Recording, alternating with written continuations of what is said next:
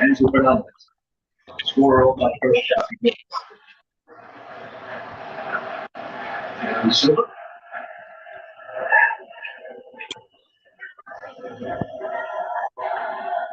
So, Atlantic Sports, officially, Sully.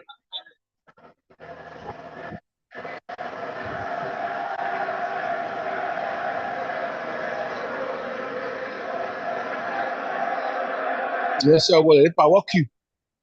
I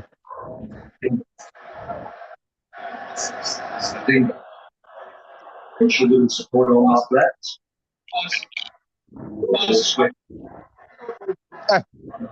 That's a double foul.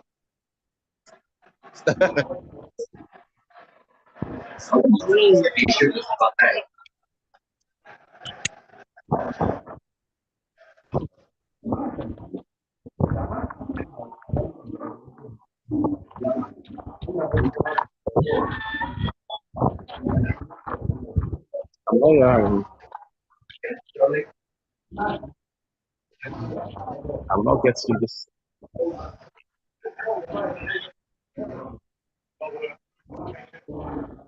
Hello. Yeah, hello.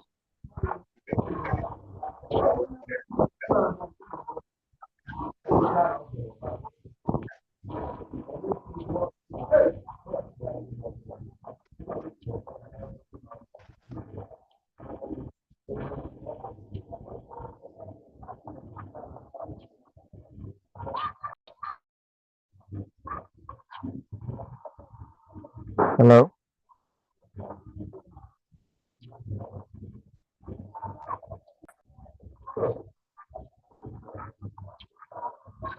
I can hear you guys now.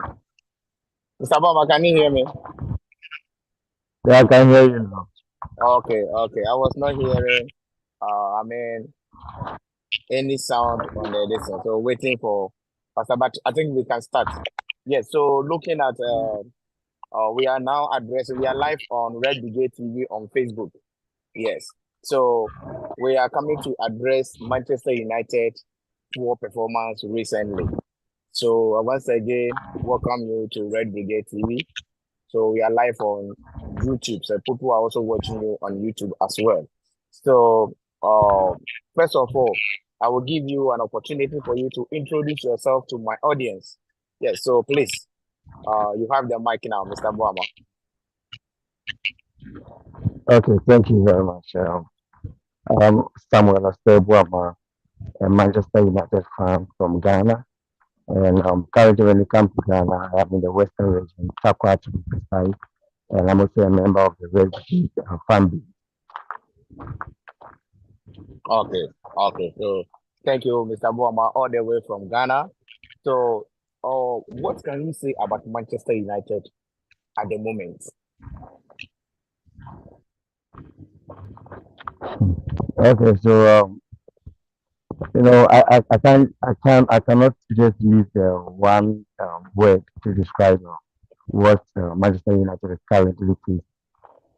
It has to do like doing the right thing at the wrong time, timing. So there's a lot going on with Manchester United, and I think it needs proper people to get it done. It's not just tackling one aspect. I think it's more like doing a schedule, you know, the whole aspect in terms of footballing aspect of the Manchester United club should be better. Okay. So looking at the performance of Manchester United against Newcastle yesterday, what can you say to that? Is it a managerial error, or will you say it's the players? Because for me, the match that I watched yesterday, there was no energy, no aggressiveness, no seriousness from the boys. And when you look at the legendary for schools, He said there are too many lazy players out there in the team. And do you agree with him? That has been the problem of Manchester United post Ferguson era. But we have attributed, like, if you look at our past signings that we've done in terms of managerial, we've attributed most of the problem to the managerial section Okay. without looking at the kind of players, the type of players that we have signed.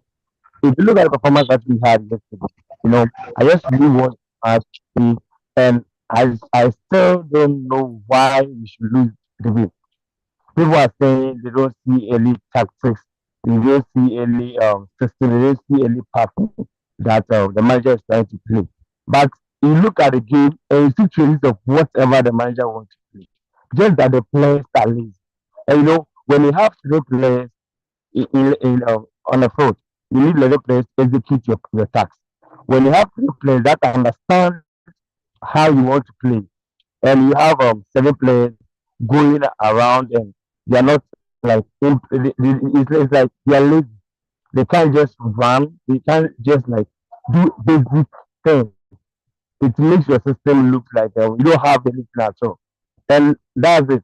Aside with postcodes, aside with other pundits saying that it is time that we ease out some of these players. There are some players that they don't even need to be with United. I always see that post Okay, so era we not Mr. Boama, based on what you're saying, that you agree with what Posco said. Yes. So if you do agree, who is responsible for bringing out the best in these guys? Because we saw from the Newcastle guys that there was aggressiveness, seriousness. You could see yeah, that they were really enjoying themselves on the field. You see, but we did yeah. not see that when it comes to Manchester United players. Won't you attribute also this thing to the managerial or the those in the realm of affairs when it comes to the technical staff? Because they are responsible to bring out the best in this guy. Okay, so with regarding the question that I would like to cite an example. You know, these group of players, some of them were with Mourinho, and Mourinho tried to tell them do A, B, C, D as a basis for me. That's the basis that I want to build my team on. They do it the first season, the next season, Okay, they just just they a skip. reminder. But Pastor David and the rest are all on the line. They are listening to you. Remember, there was an uh, argument, and we said that we want to converge here and have the argument here. So right after you, I'll give the microphone to Pastor Albert to also have his say. So please continue. so these players they're reluctant to learn. You know, when a manager comes at first, they try to adapt, they try to make themselves available for selection, you know, to win the manager's heart. So for the first season, they go by whatever that you tell them. The second season, third season, they become reluctant to your system. They are lazy. The continuity of whatever that you want to do, that's where it becomes a factor. Now, if you go to Ole style, the same thing happened where only in the first season we saw where even when he was interim, we saw the run of matches that he had and how the players and contributed to his philosophy. Now, 1 to 2 matches down, then they tend to be like they have not played under Ole before. It's like they don't know even what Ole is trying to do, and these things happen. You know, under Elton, let me tell you, for the first season, Elton was like, okay, I will just give everybody a chance, try to uh, let people understand what the philosophy that I have, and I will play it better. You know, I can tell you that this season we've not played better than last season. You know, these same players that they were able to play last season have not played better, anything better this season. Even the coach hasn't like this is set up a whole lot of things. The mistakes that we did last season, these players are aware of whatever the coach wants, the system that the coach wants to play, how he wants to play, and I give them so many chances. Now, for you to come back, let's compare in terms of fitness level. You have three matches away. Newcastle had the same run where they face Chelsea, they face PSG, and they face you. Now, if you look at the interview that their manager had post match, he said that the players were willing to fight for the club, and that makes a difference between what United had and what Newcastle played for. So sometimes, even the managers know that, oh, like my players are weak because of the traveling, because of ABC. But you need to give it all. Now, if you look at our So, performance, Mr. Boama, you are saying that the players are not willing, but fine. If you are being referring to these guys as maybe the guys that Eric Ten Hag himself came to meet in Manchester United as let me say as a manager, like he came to meet those players. Maybe I would say that maybe these kind of guys are trying to sabotage the coach. But in this case, even the players that he brought himself as coach, they are also not living up to expectations. So what do you have to, what do you say to yeah, that? they are not living up to expectations. I made a first statement where I said that if you have even 4 or 5 people that understand your system in football, you need more than these numbers to understand your system. Because even in a match where you make 11 selection, at the end of the day, you just have people coming from the bench to continue your system. Now, so if let's say I have 5 players who can understand my system, I cannot just play them into it because the continuity aspect of it also comes to mind. Okay, if you watch the game against Newcastle, I don't know. I would like you to go rewatch the game. Just look at how Luke Shaw, Maguire, and Melo did. You could see from the back where Ronaldo had the ball, the position of Luke Shaw, the position of Maguire, and Melo. They were aware of where they should be. You know, after maybe Luke Shaw have the ball, and that the next person that has to move to get the ball, you see the player nowhere. You get it. So there are traces of how tactical, there are traces of how the coach Okay, want to play. okay, pause for me. Pause for me there. Okay, Mr. Boama, pause for me there. And let me go all the way to Sierra Leone, Freetown. I will come back to you there. So pause for me. I'm going all the way to Sierra Leone, Freetown. Pastor Abed, please, are you on the line? Can you hear me? Hello. Yes. Pastor Abed, you heard what Mr. Boama was saying, or you heard him right vividly, that we are talking about the poor performance of Manchester United this season. Because looking at the game that we played against Newcastle, not only that we lost as a team, but when you look at the performance, it was such an abysmal performance that should not be tolerated in such a big club. What do you have to say to that? And according to Mr. Buama, it means that the players there are not willing to fight for the club, not willing to play for the club, and it means that the manager is not getting the kind of players. But meanwhile, the manager himself, the players that he bought ever since he came to Manchester United, it seems so they are also the same as the old players over there. So please, Mr. Pastor Abbott, what do you have to say related to what Mr. Buama is saying? Good afternoon, everyone, and thank you for this opportunity. I'm surprised of people that goes about saying the players, because we're all looking for who to blame in Manchester United. But when it comes to the reality, you will not come and tell me that these players don't want to fight for the club. This player don't want to play for the club. This player don't want whatever it is. I don't think if something goes wrong in our irrespective companies or factories or offices that we are working, should be a case that we that are working in that office we don't want to work there again. For me, I don't base my understanding in those opinions that the players are not whatever it is. The truth of the matter is these same players that we are condemning today, they can win match for us, and we don't condemn them, and we praise them. These same players we are condemning today, they have won trophies. Many of them have won trophies. We don't condemn them. They did well. They play good football. They do well. We don't condemn them.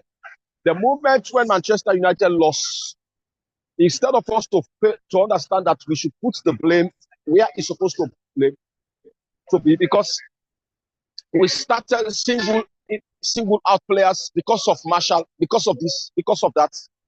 And if you look at Martial does not play any wrong in that game. If you look at somebody that person did not play any wrong in that game. Now, Ten Hag Even Leo Messi will fail under Ten Hag. I will tell people that even Leo Messi will fail under Ten Hag. He will not play the ball that he will play under Ten Hag because Ten Hag is not the coach. It's not that coach.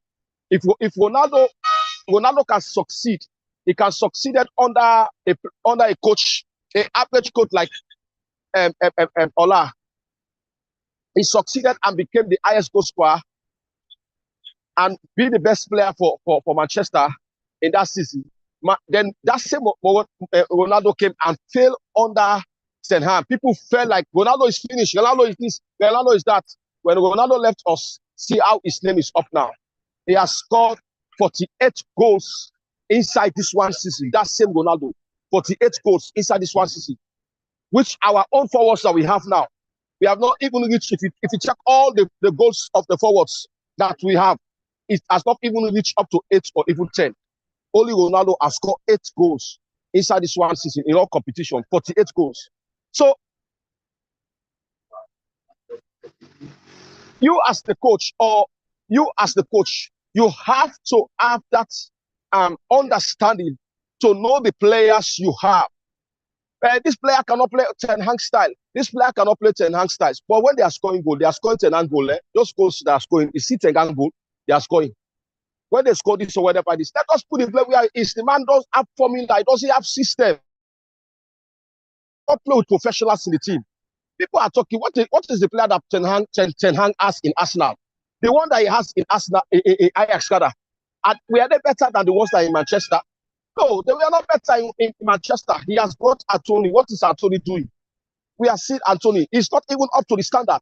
You know, if it is not because of the issue like Shato rise up, you will not compare a player like Shato and Anthony. Shato is better than him far.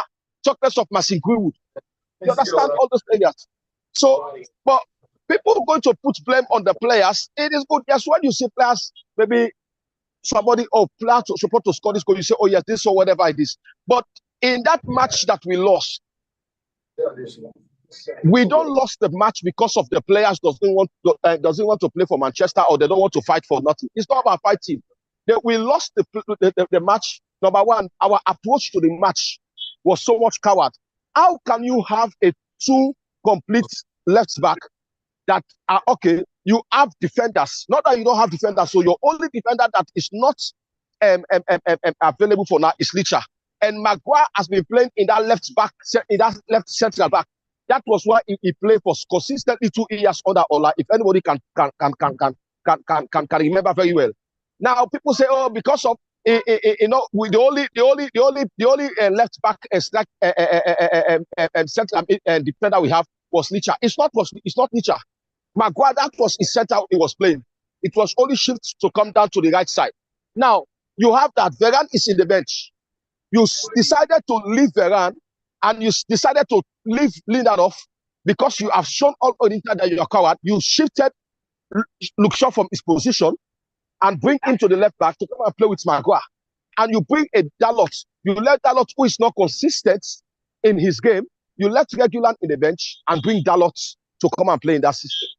So what do we want to begin to analyze yesterday match? We need to look about how the man approached the team, the game.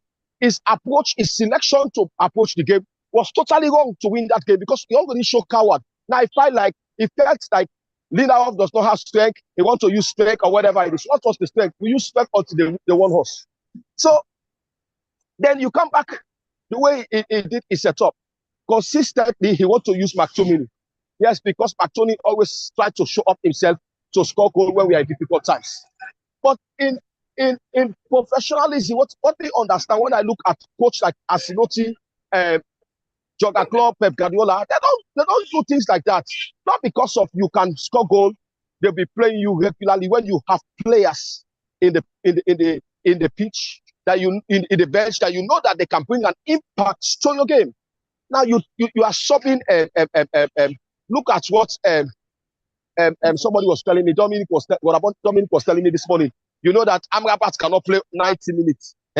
So you are taking all these things which are not good as an excuse to say this is why Ten Hag is bringing McTominay because Amrabat cannot play 90 minutes. So Pastor Abed, you are of a different view. You don't agree with Mr. Boama that I am not agreeing with fourth is from Manchester United is not the problem. It's the player. The players are not the problem. I'm telling you, under Ten Hag, Messi will fail. As Ronaldo failed under Ten Hag. So No, what Messi you can are fail. saying is that what you are saying is that the problem here is Eric Ten Hag, but rather not the players. It's philosophy. It's philosophy. Even some of them now that are in that group that are trying to defend him, they have started seeing some big errors in the man's life. The man is having errors. Let us go back to Ajax. Many people that he met in Ajax, they decided to leave because of him. I want us to know that when Ten Hag took Ajax was not a dead team. Ajax was playing standard football. They were going to semi-final in the Champions League. They went to European final 2017 with us. But when Ten Hag also took over, then Ajax has never won the league. I think in about 3 or 4 seasons, they've never won the Dutch league. And he came to win the league for them consecutively. Yes, what I'm saying is that before Ten Hag went to Ajax, I think 2 or 3 seasons, then Ajax has never won the no, it was not 2 or 3 seasons. It was the only one season they paid to win the league and the other cup when they sacked the coach. Then Ten came there. They were playing standard football. There were players that he met there that were good. Okay, Pastor Albert, hold on for me. I'm going all the way to Nigeria. I will come back to you again. Yeah, so Dave, are you on the line? There are many reasons that. Yeah, I can hear you. Good. We are talking about the poor. Please, we are live on our YouTube channel. We are discussing about the poor performance of Manchester United. Yes, yesterday you saw the game that we played at Newcastle, and not only we lost the game, but when you look at the performance, it was really poor. No aggressiveness, no seriousness. You can see that our guys are extremely lazy guys. And Mr. Boama spoke all the way from Ghana. And Pastor Albert also spoke from Freetown in Sierra Leone. When you look at it, you just listen to Pastor Albert. What he is saying is that the fault is from the coach, but not the players, because the coach system is it is hard for the guys to implement or to understand. And when you also look at Mr. Boama, what Mr. Boama is also saying is that the fault is not from the coach, but rather from the boys. As the legendary Pascal said, that there are too many lazy players out there, and it is very difficult to remove them. What is your take on these things? All right. Thank you very much for having me here. First of all, I think I would say regarding yesterday's game, I feel like we're too quick to judge the players, because I also felt the same way yesterday when I was watching the game. I was like, these players are not putting their all, like they're being lazy on the pitch. But then I realized that Manchester United have had 3 away games in the space of 1 week. That means they have to travel to 3 different pitches and stadiums to play those games. We saw the first game in Everton. They traveled down to Everton. They won that game. Then they traveled to Galatasaray, and then they traveled to St. James's Park. Now, fatigue has a role to play in all this. I know we get it that we have high, lofty standards for Manchester United players. They have to give their best. But we are human beings. And let's not act like these guys are not human beings. They're not robots either.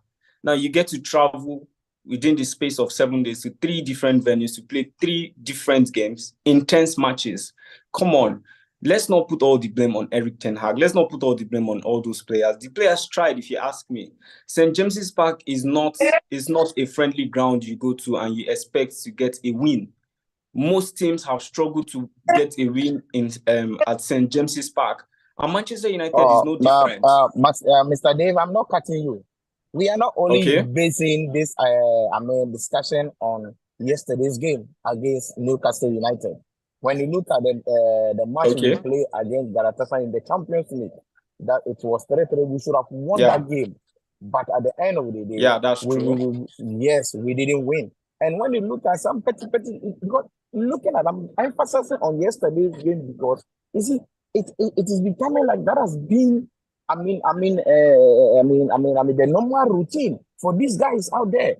And who do we blame for this kind of, what is going on in my, because yesterday you could see from the Newcastle guys that they were really enjoying the game. They were really enjoying themselves. You could see the aggression, you understand, the seriousness on their faces. And you could see that no, Yes. even our players could not even make runs. Some of them were walking on the pitch as if they are in their bedrooms. Yeah. Yes. So When are you saying that because you traveled to 3 different venues and for no that no matter, no this okay, no but no please no come back again. when I was watching that game yesterday, the commentator said something yesterday. He said by this time last year, Newcastle were struggling for relegation. And that was true. Manchester United were way above Newcastle by this time last year. But there was a change in ownership. And owners came in, owners who understood their role, who understood that, okay, they want to take this club to the top. And they made necessary investments in the clubs. You saw the caliber of players they bought into Newcastle. United have not done the same thing. Within the space of 1 year, I can mention top players that Newcastle have invested in. They So know. are you saying that the players at Newcastle now are better than the players that we have at Manchester United? They are not better than the players we have, but they are well organized. They are well structured. They are properly who run is club. responsible They for bringing understand these what they guys want together? to do. Who's supposed to bring these guys together? Who's supposed to It is bring them not. together? We are too quick to blame the manager, but there are so many hierarchy above the manager. Someone has to bring out the funds to get this player. Someone has to say, you know what, I want Manchester United to be in the top 4. This is the objective of this club. Someone has to say, Eric Ten Hag, I want Manchester United to win trophies. And Ten Hag, on the other hand, will say, you know what, this is what I want as a manager. I need players. I need this, I need that. Eric Ten Hag has made it clear. He stated it clear. He needs so and so players. Manchester United are not getting those players for him. Last season, we struggled in the DM position. Guess what? They went to loan an Amrabat. They had a problem in centre back. They went to get the Johnny Evans. So you could see the difference in ownership when it comes to Manchester United and Newcastle. Newcastle owners understand what they want. They understand how they want to get it done. And they make the job easy for the manager. Newcastle manager is not better than Manchester United manager. Newcastle as a club is not better than Manchester United. But they understand what they want. Manchester United do not know what they want. They go into a season, they don't even have an objective for that season. There's no structure in place for the club. Everybody just do whatever they want. So that is the major problem of Manchester United. And everybody keep on blaming the coach. We've been having wrong investments. This season, we got just 3 players. For a club that wants to compete for Champions League, you got only Hojlund, you got Onana, and you got Mason Mount, and you feel you are done. Newcastle, in 1 year, they've got Bruno Guimaraes, they got Trippier, they got Isak. So many players, Gordons, in 1 year. But Manchester United, we do not know what we want. We just put our manager up there. Everyone blames the manager, and then the manager takes the fall for whatever is going on at the club. But behind the scene, there are so many people. There are so many people ahead of the manager who are not doing their job. And that is why you see all of what you see on the pitch. Okay. So, Mr. David, thank you very much. You are also taking another direction, that you are also now blaming the ownership of the club. That's good. Yes. And Pastor Albert is also blaming the manager, and Mr. Boama is also blaming the playing body. So now we have 3 different opinions. So I'm going back to Sierra Leone again to talk to Mr. Dominic. Mr. Dominic, please, are you on the line?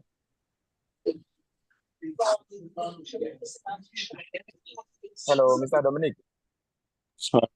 I'm here. I'm listening. Yeah, good. You heard what Dave just said. He is attributing all the problems to the ownership, and Mr. Boama is also attributing the problem to the playing body, and Pastor Albert is also attributing the play. He is blaming Eric Ten Hag that he is not the right man for the job. What is your opinion on the current poor performance at Manchester United? Well, me, to be honest, I have moved on from accusing any manager that they're not good for the job. I heard Pastor Abbott, what he was saying, and it's quite hilarious. I remember I heard you correcting him. Like, before Ten Hag went to Ajax had not won the league for 4 years. So I wanted him to know that Ajax hadn't won the league for 4 years. Yeah, because I know that because they went on a drought. The PSV and Feyenoord was the one winning. Yeah, so I was surprised when he was saying that. Yeah. He went there, he structured the team, put the team together, and Ajax as well. I mean, the work was not just done by the manager. He had the backing, he had Van der Sar, and he had Mark Overmars. The three of them worked together hand in hand, supplied Ten Hag with the right players. I mean, Ajax, I was a video I sent this morning to the group. One of the things that has affected, let me go back to what Ralf Ragnick said. Ralf Ragnick came. He's a good manager. Yeah, Pastor has asked you a question. That whole structure are you talking about? Structure as in what sense? I'm talking about, like, you know. Yeah, you were saying that Erik ten Hag was having the structure at Ajax. That you said the work wasn't done only by the manager. Yeah, but there was also back with the structure. And Pastor is asking that what structure are you talking about? I'm going to cite something again. There was an interview that Pep Guardiola had, and he was asked, and he mentioned that him, the sporting director, TG Bexterian or something, and the club owners, they all have one vision, and they work hand in hand together. And it's the same transformation that has taken place at Arsenal. Arsenal, you can now see that. I mean, since when they appointed what's his name, Arteta, in his first 2 seasons they were struggling, and then there was a change. I think they had some changes, and they brought in this guy. What's his name? I can't remember his name. But it starts with E. Yeah, I think it's a player. Is he a player or who? He's a former Arsenal player as well, but I think he's not the sporting director at Arsenal. Is it Edu? Edu, yes, Edu. Okay. So they brought in Edu, and Edu is working closely with Arteta. And then you saw the way they supported him, they backed him. I mean, we all remember when he first came in, players that didn't fit, that he did not like the way they were playing. These were really like good players, but these players could not perform to the way he wanted them to perform. We saw the first thing that happened was he had a clash with Ozil, and the club supported him. I mean, they sold Ozil, and the next thing that happened the following season was what's his name, Aubameyang. He was the top goal scorer in the team. He was the best player in the team. He fell out with Aubameyang, and they had to sell him. Even though at that time they were still not performing well, but he had the full backing of the club with the with the board, and then the sporting director. And the same thing happened again when I think there was a clash between him and Granit Xhaka, who was the captain at the time. After Aubameyang had been sold, Granit Xhaka was the captain. And they had a fallout, and the captain band was taken off him and given to Odegaard, who's just a young boy. And then, even though Granit Xhaka wasn't sold that season, but he was he was part of their success, the success that they had last season. Like, he contributed, he played well. So what I'm saying here is, let's go back. I'm not saying that the problem is solely the managers. I would never say that. I'm not going to say that again. I've been saying that before with previous managers, but I feel like now, with the knowledge that I've gotten, it's clear to see that there's a problem that is deeply rooted, that goes all the way to the top, not just to the manager. So it means that, the manager has his problems. I'm going to say that he has his fault now. There are things that he's doing that I'm not in support of. But what I'm saying is, it's easy for instance, some guys previously would compare United to Brighton, to Tottenham. Look at Spurs. Spurs have lost 3 games in a row. You don't even hear anyone saying anything about them. Okay, sir. Thank you. So it's easy to have time to build teams, to build your team at other clubs. Okay, so I think because Pastor the pressure. Pastor has now corrected himself that it was 3 seasons when Ten Hag came that Ajax has never won the Premier, the Dutch league. So he's now aware that it was 10. Yeah, he was saying that Ajax went to the semi-final of the Champions. Yeah, it was Ten Hag that it was under the regime of Ten Hag. Yeah. Mm-hmm. Okay, so please proceed. Yeah. So back to what I was saying about that I'm not going to just pin the problem on the manager and say, hey, Ten Hag is the problem, Ten Hag is the problem why United are failing. Yeah, I mean, he has his own problems as well, just like I said. But I mean, one of the issues that we're having right now is personnel. We have a coach that has a certain way he wants to play, that has a philosophy. I mean, let me give you an example that United have not been recruiting players with a philosophy in mind. Let's go back all the way to David Moyes. We had David Moyes, and then what did we do? We signed Joan Mata. We had Joan Mata and we signed Fellaini. These are two completely different profiles, two completely different players. One of the reasons why Joan Mata, I mean, I feel for the guy because we were never able to actually utilize his potentials. Joan Mata came into United. Joan Mata was a 10. He was playing in the number 10 role for Chelsea, even from Valencia. Joan Mata is the type of player, I mean, type of profile that you get in Bernardo Silva. What did we do at United? We moved Joan Mata to play on the right wing as a winger. The man was never a winger. He doesn't have the pace, he doesn't have the power to play as a winger. So we misprofiled him. And then we signed Fellaini. Fellaini, why did we sign Fellaini? Because we wanted to play long balls. So Fellaini will win balls in the midfield, and then of course he uses aerial ability when we make like aerial crosses, like long crosses into the 18-yard box, expecting him to make those headers. So all of this I'm saying them just to give a base for people to understand that the problems at United goes all the way back to after Sir Alex left. Mr. Dominic, I understand you perfectly well. But one thing I don't get as a United fan is that, you see, all the time we keep blaming, the ownership of the club, because it is easy to blame them because, one, after the post-Ferguson era, Moyes came, we've had, that was Moyes, Rangers came to, Luis Van Gaal, came to Jose Mourinho, Ole Gunnar, and now Erik ten Hag. Now, you could see that this coach at this particular, because Mourinho was, when he was the manager, Mourinho have always been saying that the players that he wants, they did not buy the players for him. But when you look at this manager, I can confidently say that some of the players that he brought in as a manager, you see, I could say that most of them, I would say that maybe 90% of those players were his first choice. Where he's I wouldn't say 90%. I mean, let's count the players that we've signed. Also, let's look at the time the players were signed, and let's consider that as well. Like for instance, last season, who were the players that were signed? The Harry's players.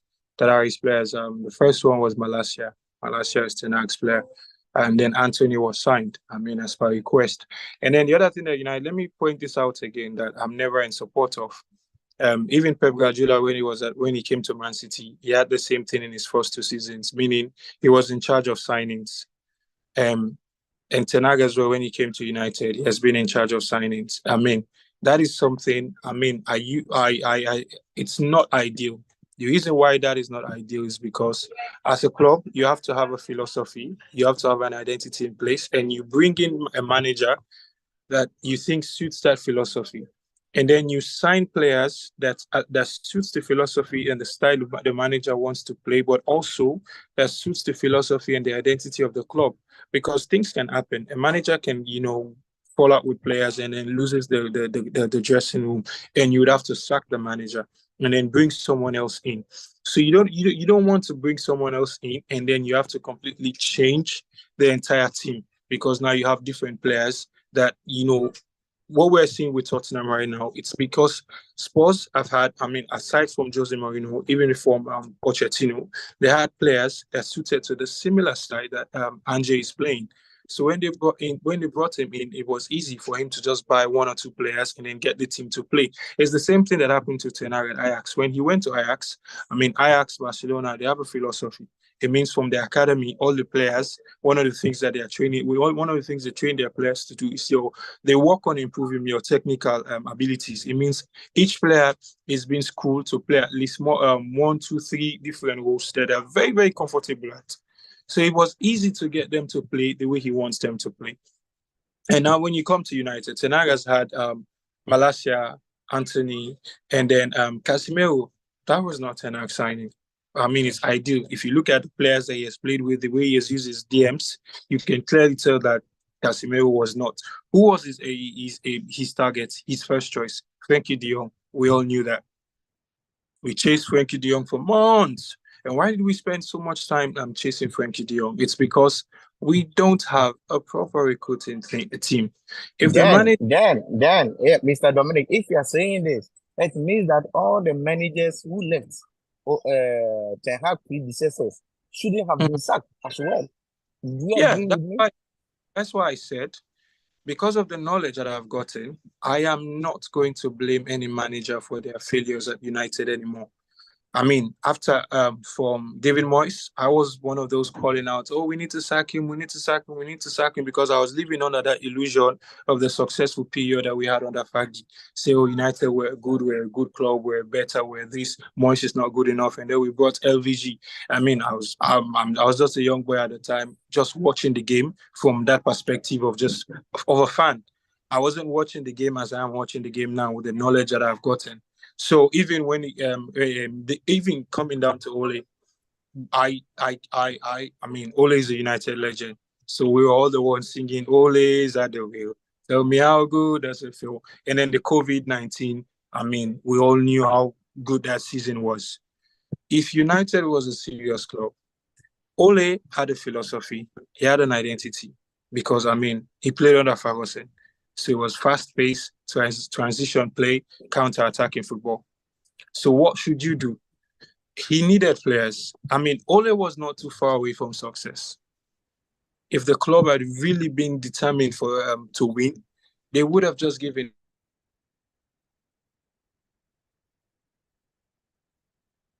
one or two players, and that team would have been successful. Sorry, I got a phone call. Who were the players? Ole just needed, after we went to the Europa League final, we were so close. Ole just needed a DM and a striker. And instead, who did we bring? I mean, no disrespect to Cristiano Ronaldo. Well, we all knew that we brought Cristiano Ronaldo at a time where he was not at the level that he was when he left the club. So if Ronaldo was coming back, we should not be bringing him to be a player that we are going to be relying upon to provide us goals. I mean, we needed a DM. We all know that the only reason why United signed Cristiano Ronaldo was because we wanted to stop him from going to Manchester City. And then we saw the interview that Ole did saying that it turned out to be a bad signing. Even when we signed Jadon Sancho, that was also a misprofiled signing, because we brought in the player expecting him to play on the right wing. And looking at Sancho is not a player. He's not that type of winger. He's not a fast-paced winger. Sancho he thrives in a possession-based team. A team that possesses, a team that holds the ball, a team that keeps possession. That's the type of player. So if we had a proper... Mr. Dominic, hold on for me. I'll come back to you again so that you continue from there for me. Yes, the people are many. I want to go back to Mr. Buama. I started with you. Yes, you heard, I think you were sending messages that you were not in support of the sacking of Ole Gunnar Solskjaer. It means that what Mr. Dominic was saying, I mean, you were in support of whatever he was saying. So, where you ended, you were trying to, blame the playing body, not the coach. So, I want you to, explain your point well for me in 2 minutes. Okay, so what I said earlier has to do with our recent performance. Okay, so I was talking about our recent performance this season. That is why I said I will attribute most of it to the players, not the coach. But if you're looking at the bigger picture, our problem has a lot to do with behind the scenes than what we are seeing. With what Dave said and also Nick said, just speaks loudly what I just want to say.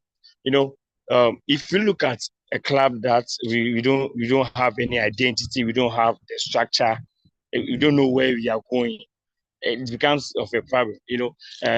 Yesterday I was looking at the coaches that we've had and the crop of players that they have signed. We signed 2 players for the David Moyes, where we had Mata and Fellaini. If you come to Luis Van Gaal, we signed about 11 different players for him. And if you look at the players, the kind of players that we signed for him doesn't suit the structure, the system that the manager had wanted to play. That means there's something behind the scenes that we are not looking at. And that day in and day out, we've sacked these managers. This manager will come, manager A comes, we say, oh, let's sack him because the performance is bad. When you don't get your foundation well, there's no way that your performance will be better. So I think Manchester United should define a structure, a system that we want to be known for. If we are going to continue with maybe Ten Hag system, it should be so, and that every coach that comes should be more like a coach who was bred to the Johan Cruyff and also Ten Hag system. It shouldn't be that we just sign any coach has to come and play any kind of football that we want. It should be like we sign players to come and play any kind of football that we want. Now, if you look into it, aside the behind the scene problem, if you look at all the players that they've come, because they were not signed based on the manager's what he wants, and that players that best suit the manager's system. They normally tend to, let's say, tend to campaign against the manager because you are playing a different system. As to regarding what the manager needs, the manager will first try to let you know, I want you to do A, B, C. Try to teach you what he wants, and if you can't cope with it, it means you cannot fit the system. You need to move out. That should be the case at Manchester United. Compare this to Arteta, compare this to Pep Guardiola team. But the players that they met, they were all sacked because most of them cannot face the system that Arteta wants to implement with Arsenal or Man City. And that has to do with Erik ten Hag. So if ten Hag wants to play maybe the Johan Cruyff system or whatever system that he wants to play, as a team, as a club, we've accepted Mr. Boama, the system. you don't see any problem with Erik ten Hag. You don't see any problem with his coaching style, his substitutions, like the way he delays. Yesterday, Dominic said something in the group, and I even asked him that, is it now that you now agree with me? And he said, yo, he has been agreeing with me that long time. Because not that I hate the manager, but one, Erik ten Hag had some kind of stubbornness in him that even when a game is not going on well, instead of him to bring in, substitute these kind of guys, this manager will allow them to play, and by the time he will do this kind of thing, there will be no impact. And that time, the defeat has already come. Yeah, so regarding what you just said, the manager, in terms of Erik ten Hag and his back staff, like the staff behind him, they also have problems to tackle. We are looking at the major ones. Okay, nobody is just holy. Everybody has a program to do, of which David said that the manager sometimes, or I think Dominic said, the manager needs help. When he did it at Ajax, he had some of the technical staff behind him where they advised him on it. In 40 seconds, I want you to, tell me what you think in your own point of view. What you think might have accounted for this recent poor performance? All right. So with our recent poor performance has to do with personnel, let's say resources in terms of the system that he wants to play. It has to do with it. That with our recent performance has to do with it. Also, we all know of the field issues that is happening with United. Also has a part to play with whatever that we have currently. So I think when we solve the off-the-field issue, that has to do with ownership situation and also kind of the abuses and harassments things that is happening, the injury thing that is happening, and also we look at the resources that we have. I think we'll be better. Okay, thank you very much, Mr. Boama. I will come back to you again in Ghana, and I'll give you an opportunity for you to talk 2 minutes again. So I will come back to you. I'm going all the way to Freetown. Pastor Abed, please, are you on the line? Hello, Pastor Abed. Hello, Pastor Albert, please, can you hear me? Yes, I'm with you, doctor. I'm with you. Good, good. You heard what Mr. Buama just said, and you heard Dave as well. You heard Dominic as well, and Dave was trying to put the blame on the ownership. You understand? And you heard a lot of them, and the system and the kind of system. So you were asking of a question that what kind of system is he talking about? And you are putting the blame on Eric Ten Hag. Is it not hatred that you have for the manager? Could you please, back your point with some, why you think the manager or even Lionel Messi will feel under the leadership of, Eric Ten Hag? Shama, let me give you an example. People are complaining of Ten Hag using McTominay, and these same people are saying that Ten Hag is good. And they are, let me just give you this example. And they are complaining that Ten Hag is using McTominay and he should not be using McTominay. Now, the mere fact that they are complaining of Ten Hag using McTominay should give them the indication that Ten Hag is a blame in the team. I want you to understand this is a simple logic.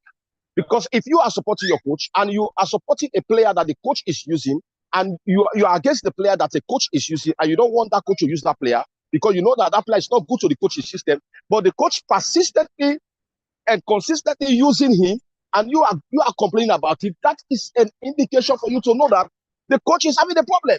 Because if you are seeing the wrong, the coach is not seeing the wrong, that man is a problem. This is a simple logic. All the things they are going to say is the Glazer. The Glazer are not spending. Now, the Glazer has responsibility. Let people understand every role in every department and organization that we are running. Every organization, you have a different sectors that everybody is given the opportunity or the possibility to do theirs. Now, the Glazer, they are the owner of the club. They are the overall owner. Their issues, their responsibility is to offer check to whatever they want to put in place in the club. Now, Ten Hag will call for money, and they give you the money. The Glazer are not the one that are going to point the player for you that you bring in the team. That one, everybody know. Gunnar Solskjaer, in his statement, he said that there is no player that will come to Manchester that will not be approved or will not be approved or accepted by the coach. No, let us understand that. So when people are going to talk about blaming the Glazer and the Glazer this and the Glazer, that is not true. That's not the truth. The Glazer, they have their own problem. Yes, we know that they waste the time to give money to spend the player. They have their own issue. But when it comes to buying players, the coach is the one that asks for the players that he wants. And they give you Pastor, it seems your colleagues are not agreeing with you. What they are saying is that, because some of the things that you were typing, I asked them when they were speaking. So I must also ask you. They said that Buama is saying that, can you tell us the role of Scott McTominay in the team? Scott McTominay. They said, can you tell us his role, the role of Scott McTominay in the team? Let me tell them the role of the role of Scott in the team, in the pitch. The man is a free player. If you look at the way he's playing, he's a free player, and he's not playing to the way we believe that he should play, because he's supposed to play number 8. He's our number 8. Bruno should play to number 10. But when you look at the way the team is playing, Bruno play more of 8 than in the Scott himself. Scott, what am I trying to say? I'm not talking about the role Scott play the pitch. They are blaming Scott. They are blaming Scott. They are saying that Scott and your fellow pundit is also asking you. Your fellow pundit Dominic is asking you, what is Manchester United identity? He said, can you tell us the identity of Manchester United? I'm coming to those ones, identity or whatever it is. Now, all right. Let me explain this thing. Let's also understand this logic. These people are blaming Scott. Now, Scott's role is not important in the team, in the pitch right now in our discussion. What is important? What am I saying? They are blaming Scott. They are blaming Scott that Scott is not a good player. But the coach that they are supporting is consistently and persistently using this player. So who to blame? Is it the player or the coach himself? Let that question also be inside the board. Is it the system, the coach you're going to blame or the player? Because the coach you are supporting, he has a trust in this player, He believed that this player can do something, and is persistently using him. And you say that the coach is good, but the player that is using is not good. So I don't understand that. Who to blame? If the mere fact I would say that McTominay should not be used, and I've seen him be used, that means it's a sign for me to understand that the coach is having an error, is having a problem. That is what I want us to clear. Number two, let me come to Dave's own area about. I have a lot of things people are saying. These are all blames that people are saying, but these are not the things that we're supposed to look on. When it comes to the pitch of play, let us put the problem in the coach and the coaching staff. Let us forget about the management of Manchester United. When Manchester United used to do things well, we don't think about the management. When Ferguson was doing great things at first, we never think about the Glazer. Glazer was doing what Glazer and Ferguson, they were doing everything. It's only Ten Hag now. It's the Glazer. All right. Now let me come to Dave. Dave is always blaming the Glazer, like as if the Glazer should buy all the players in the world to give Ten Hag. And Ten Hag, for me, what I see in him, the only thing I know about him, is he's not a coach that knows how to play with superstars. He can play with average players that can help him out. When he came to Ajax, he met Onana there, he met Van der Beek there, he met Daley Blind there. Daley Blind is an Ajax product. You all know that one. It's a product of Ajax. Even before he came to Manchester, it's an Ajax product. He met so much of players that are there. Even this boy, this Togolese guy was there. He met a standard team. Yes, they were not able to have the opportunity to win, but they were playing a standard football, a very structured football. We all know Ajax was one of the toughest opponents when before Ten Hag came in competition, in European competition. But nevertheless, all right, the players that he have in Ajax, that people say, oh, Ten Hag does not have the players in Manchester and in Manchester United, whatever it is. I want us to know that the players we have in Manchester, they are high-profile players than the ones that he has been having in Ajax. That is what I want to clear to everybody. Players that he has bought, Anthony alone that he bought 100 million, he has given us a clear clarification that Anthony is a big mistake that Ten Hag made. Number two, Maximaus is a big mistake that Ten Hag made. You understand? Let me come back to Malasha. It's a big mistake that Ten Hag made. Like I used to ask question. They said this player is not playing Ten Hag style. This player is not. The one that you bring in, are they playing his style? Amrabat has come now. He's getting fit, and you are serving him because of whatever it is. You know. So I'm not talking about like as if say I am against him. I am against some of his philosophy that he's using. His stubbornness of not doing the things that he's supposed to do. That is what I have a problem with him. I'm not saying that he's not a good coach, and I don't say that he should leave Manchester, and I'm not having a problem to say that or whatever it is. But I'm just saying that I'm seeing something that he's failing, because even when he was Ajax, some people just go and read about him when he was Ajax. That is what they did, but they were not watching him when he was in Ajax. Me, I watched him when he was in Ajax. I saw him when he was coming out of European competition because of his stupid changes that he was making. That because of his stupid things that he was doing, he was coming out of European competition. He was failing or whatever it is. Before he came to Manchester, he failed the other league cup. He failed PSV won him because the same stupid change he made. I watched that match. The same stupid changes he made. So you know, when people are putting blame on club owners, when it comes to pitch play, when Manchester go and play Everton, and we won 3, everybody gave praise to Ten Hag. Ten Hag, they begin to post in the WhatsApp group, was Ten Hag, this is what he has done, this is what he has matched, or whatever it is. They don't say that the players are not good. Though. The moment we lost a match, they put it a blame on the players. When Ola was there, we never blamed the players like that. We normally blame them for some goals that they miss, but we are putting the blame on Ola. Yeah, Pastor, it seems your colleagues are saying that as if you are fighting with someone. They say you are talking as if you are fighting. No, it's the way I'm here. It's the place where I'm here. The noise is the place I'm here. I'm in the streets. You know, okay. I'm not fighting. Okay. I'm just saying something.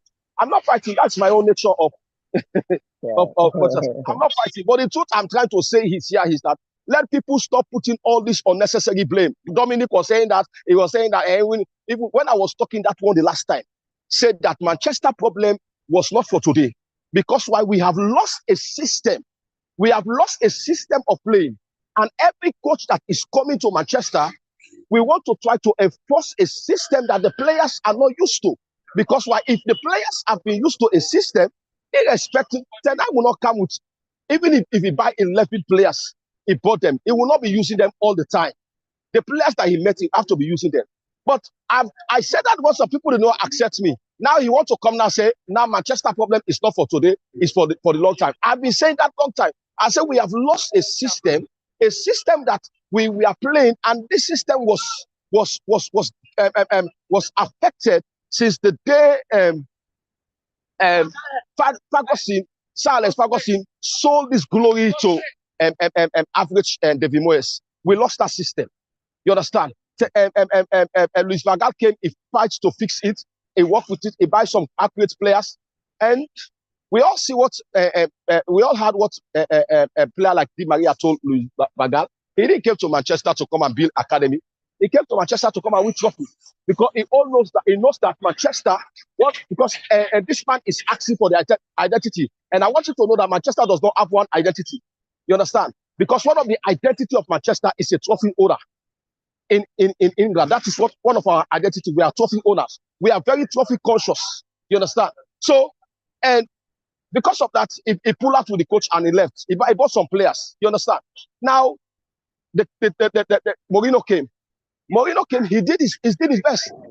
And Okay, Pastor Ahmed, you have 1 minute. You have 1 minute to summarize your point for me. After Mourinho, when Mourinho came, Mourinho do his best. Like I said, bring Mourinho back now in this team. I am not a fan of Mourinho like that. I follow him, I like him, but I'm not a true fan of him because of our past we have with him in Chelsea. I began to support him when he came to Manchester and whatever. He did his best because after Ferguson, he's the best coach for Manchester as he stands now. He did his best. But like I said in the WhatsApp group last time, bring Mourinho to this team. Bring Mourinho to this team right now.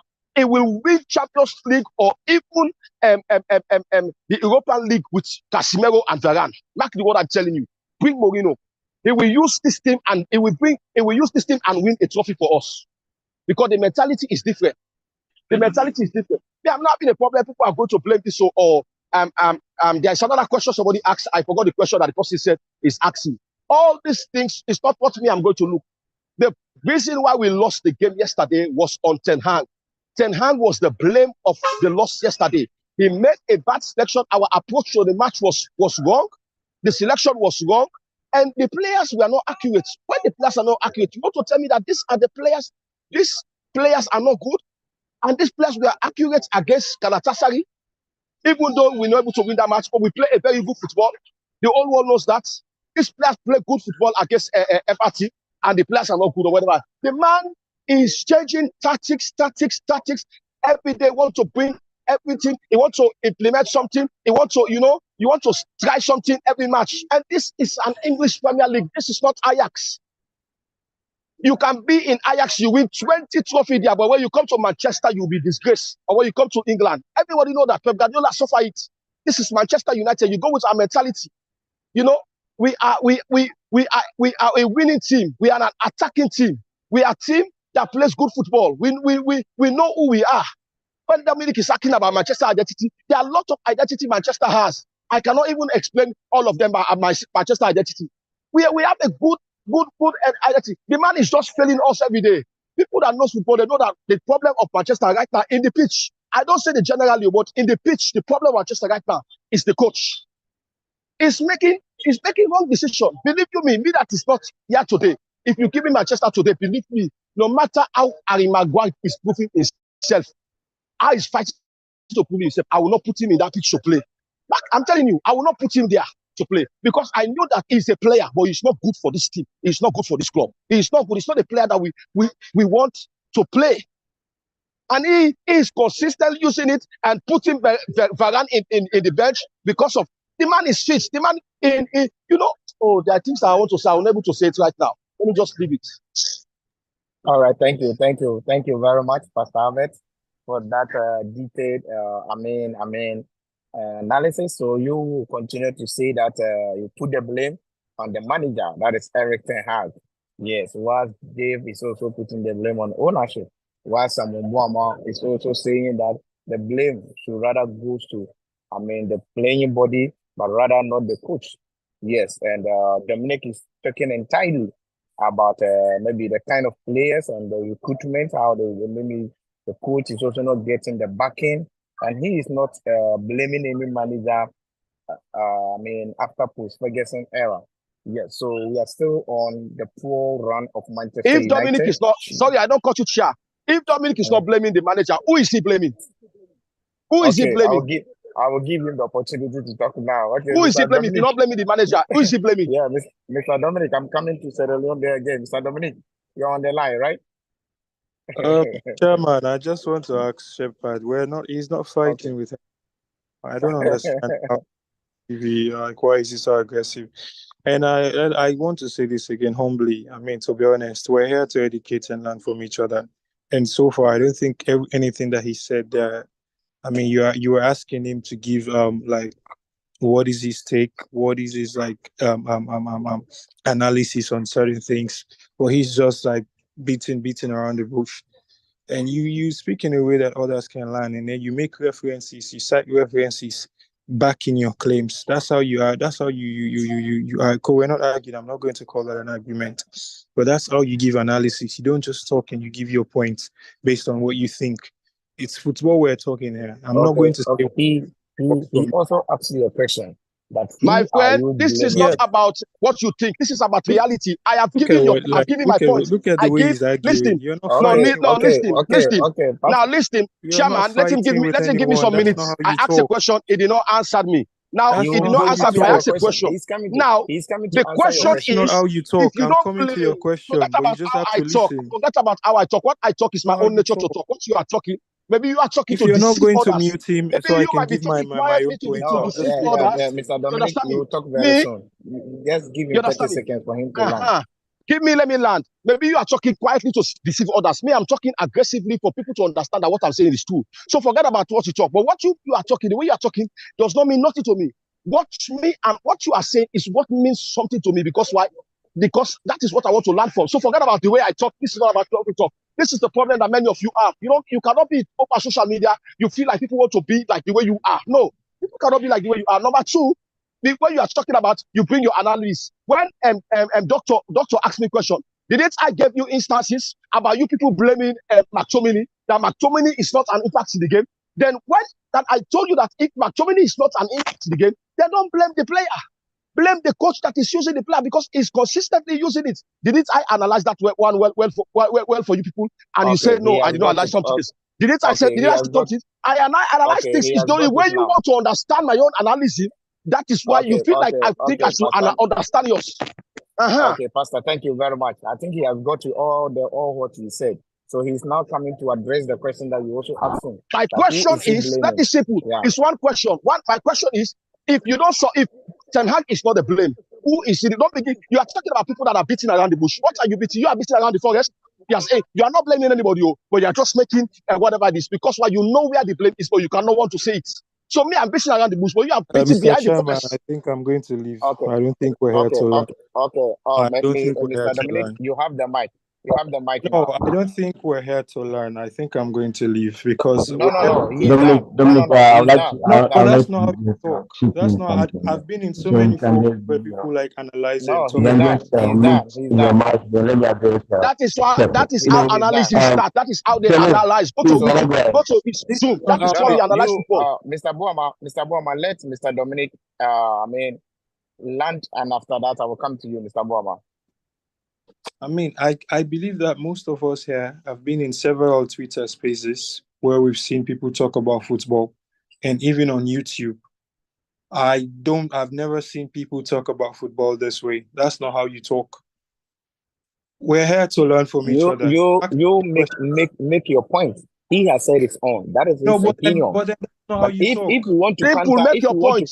Let me put it on YouTube site. Let me see how people are arguing for football. If you want to counter his point. No, you pastor, you keep quiet. Let him counter your point. Yeah, that's what I'm saying. That's why you have an opportunity. Talk. You've given me time to talk. And then why again are you raising your voices that you're arguing with me? No, Chairman, you it's even have wrong. He's talking about no, argument. Let me correct it before I shut up. no, Before I shut Pastor myself Abed, up. your Let me time correct is up. this. It's Pastor even Abed, your wrong to time come is and up. tell me that. It's even wrong to come No, and tell me that the way I talk and I'm beating around the bush no, and I'm just beating around the bush and I'm not. No, it's even wrong. Just come and make your point your and make time your is point up. simple. That was very Okay, wrong. thank you very much. He has the mic now, so please can you listen to him carefully as he also did when you were talking. When I Yeah, so started, listen. Yeah. I wasn't given enough time to actually No. say You now have I the time. You now have the time. So please go ahead. wanted you was. Can you hear We are me? listening. Yes, we can hear you now. Okay. Because But your I cannot. Okay, no, you are live now. So please go ahead. when I started, I clearly I was setting a base for everything I wanted to say.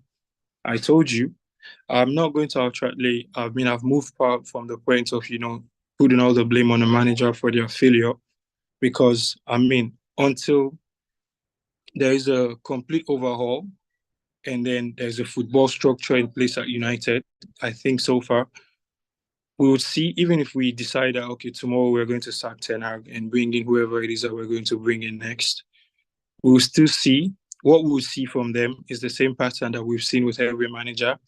The first thing that we're going to see a bounce from the players. They're going to play, they're going to perform till the season ends. And then probably the next season, we'll have a very good season and we'll qualify. We'll probably win a trophy or win trophies. And then we'll qualify for the Champions League. And then what will happen the next season? A completely different team from what we saw the previous seasons. So bad. And then what happens? We sack the manager and then we bring in someone else. This has been the pattern. So that was what I was trying to give a base. I was trying to give a base, setting the foundation. And I said that, Okay. Ten Hag, you pointed out managers, they're humans. Let me point out that they're not robots. It means most of them are learning on the job. They are learning on the job and then they make mistakes. Even Sir Alex Ferguson has had his weaknesses, things that we all knew that he was not good at. Because it's football. Football is a game of mistakes. I can select a team now that I believe is the best team based on the performances of the players in previous games, expecting that these players are Yeah, going to go I'm not even inside. cutting you. Even Ferguson, I was even blaming him of that second Champions League trophy that we lost to Barcelona. You understand? Because the kind of players that you should have started with was not, because why could you have Tevez on the bench? You understand? And you can see that, yes. So yeah, please, yeah, go ahead. So, then when I told you yesterday, I've been following since he was being linked to United. I started watching Ajax. I started following him up. And there's this guy on Twitter, I think he's an Ajax fan. And one of the things he had been saying was, Ten Hag is stubborn. He's known for his stubbornness. We are all stubborn. If we have our ideologies and we have things that we believe in, that's why you're the manager.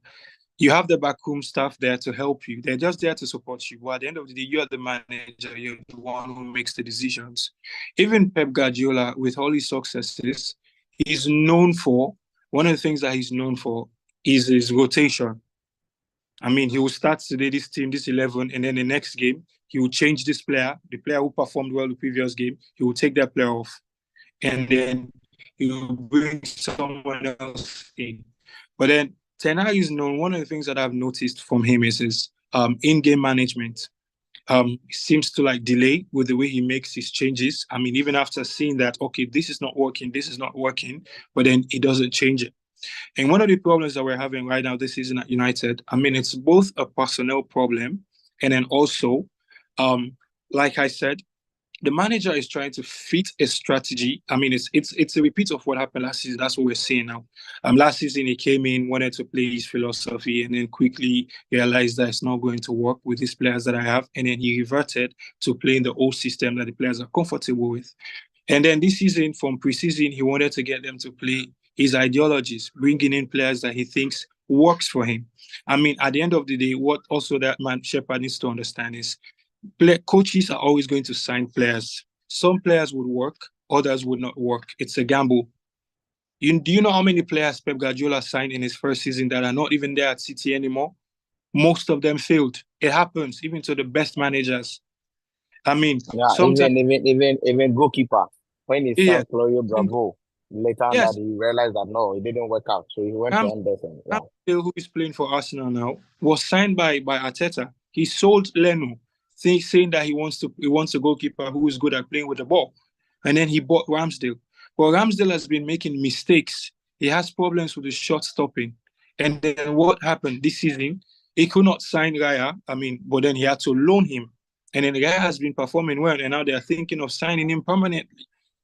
You're always going to make these tweaks. That's why you're given the freedom as a manager. And I'm not going to address one of the things that he said. When he comes down to, okay, I, for one, Ten Hag now wants to shift, into the old identity that kind of like, like, for instance, I'm going long. We've seen that even Onana is not, most times now, Onana is kicking, he's not even doing short passes anymore. He's playing balls long. But then what we have right now, one of the problems that we had right now with United and the play lazy, our players are physically weak. That was why yesterday Newcastle they are the most physical team to play against in the league at this moment. And we were set up yesterday to play long balls against a team that is known for their physical superiority, and with our players who are known for being lazy. So how do you expect them to win long balls? How do you expect them to be physical? I mean, that's the problem that I have with him, especially at the moment. But then I also want to understand the manager he's under pressure. He has the need to produce results, because if United will win through 2 or 3 games, Ten Hag needs to be sacked. United are being very poor. But even at the fact that we're winning games, what I said it the other day at the group. I say, hey, okay, this season, it's clear that we're not going to win anything this season. I said, so I would love to see him stick to his philosophy, get the players who can play, even if we're not getting the results. We United fans need to accept this, that it's going to get worse before it gets better. Start playing with a philosophy now that would fit the players that you have that can play that. And then even if it's bad, hopefully by next season, with addition of bringing in more quality players, you can change and then you become better. When we signed Ten Hag, I was not in this group, but people who were close to me would attest that I told them that this manager is going to need 3 summers. He's going to need 3 seasons to actually get all the players that suits him. Because you're not going to sign 10 players. We're not Chelsea. We're not going to sign 10 players in one season. Ole spoke about how United managers are limited to 3 signings. And we've seen that. Ten Hag wanted to bring Amrabat at the start of the season, even at the start of the transfer window. But even though the player was available for cheap, United could not sanction that transfer. And what we had to do, we had to loan the player at the dying minute. So Ten Hag has these problems. Like, for instance, I said that the other day in the group that the 3-1-6 system that he was using at Ajax, that was working for him at Ajax, using the one lone midfield DM, and then having the 6 players all in the attack, pressing high. And because that's his philosophy, he wants to win the ball, he wants to press hard, he wants to win the ball very quick, and then he wants to convert those goals. Like when he wins the ball and converts that into goal, the turnovers. That was why he bought a Mount. He bought Mount to fit into a philosophy that he wants to play. That means using 2 I-10s. It means using 2 like the number 8 and the number 10 playing. Both of them are playing like number 10s because they're occupying the same zones, zone 4, and then having the DM as a lone defender. In the Premier League, it's not going to work, because one of the reasons why it's not going to work at United now, our rest defense is weak. What do I mean by our rest defense? It means that the 4 players at the back, the 3-1, it means the 1 DM and the 3 defenders. You need to have if you want to play that style, you need to have players who are very, very good, not just good at the ball, players who are very fast. I'm going to say this again. Modern football requires 4 key traits from players, 4 key traits from defenders. One of them is progression. What I mean by progression, you should be good at progressing the ball. You should be comfortable with holding the ball, dribbling, making passes. You should be good at not just horizontal passes, like line breaking passes. You should be good at that. And then 2, pace. You should have the speed, because we all know football now is highly metallic. The modern football now is highly metallic, very fast. So you should have the pace. And then 3, you should have the aerial ability. I mean, to win balls in the air. I mean, headers, balls that will be played long into your 18-yard box. And then the fourth one, I think strength. You should have the strength. You should be able to defend like channels, the wide channels. Yesterday, I sent something this morning in the group that shows United's the average position of players during the game, and you realize that we didn't have players in the midfield occupying the midfield zones. What you saw from Newcastle was when they are pressing us with the 6 players in attack, you have the 2 center backs maintaining a high line, like keeping a high line. They are like in the midfield. But we cannot have that at United. You know why we cannot have that? It's easy. You don't need the manager to tell you that. We don't have fast defenders available right now. Maguire is slow. Maguire is not good at defending the channels. So how would you even get Maguire to play a high line? That's a recipe for chaos. So he's not doing that. And at the same time, he wants to play with the lone 6. And the lone 6 as well is currently not working. It didn't work with Casemiro.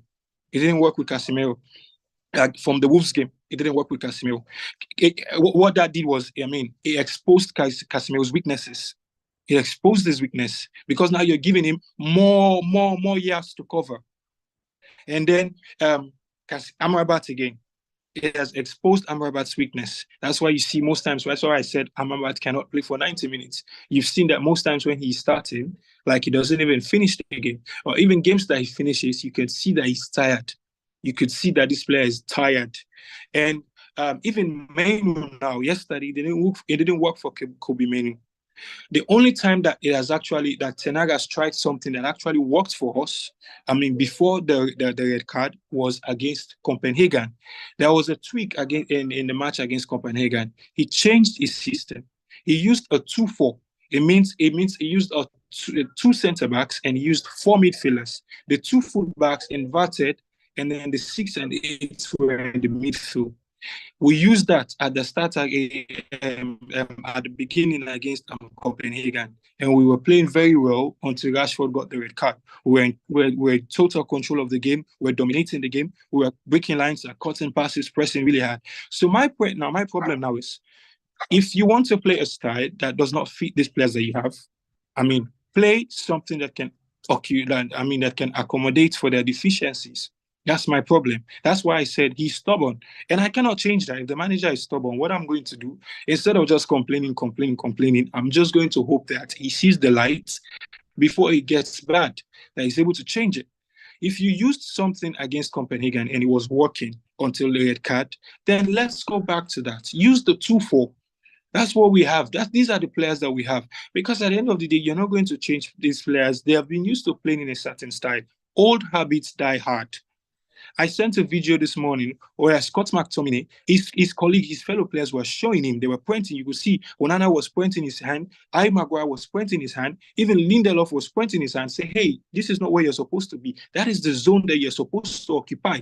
Now that we've formed this shape, Mainoo has taken the left centre back role. Maguire has taken the right centre back role. Onana is occupying the central centre back role, and then someone else came in, and Victor Lindelof moved into midfield and occupied the defensive the midfield role on the left. So what Scott McTominay was supposed to do was to form to take his zone on the right. So then we'll have like a 3-2-5 shape. But he didn't do that, and his colleagues were pointing their hands, telling them. So this clearly shows that it shows that there is a pattern. It shows that there is a philosophy that is being taught to these players in a way that they should play. But then, because old habits die hard, some of these players are struggling with keeping to this. So it's easy for them to just go back to what they're used to. So for now, what I'm expecting him to do now, let's find a system that works to these players that accommodates their Yeah, deficiency. that is what I want to hear from you. Like, what do you expect him to do? Well, that is the part I want to hear, and then I believe that is what everybody out there watching us live also want to hear. Yes, stop forcing them to go long when it's clear that our players are lazy. They're not physically strong. They cannot win. How many duels have we won? Go back.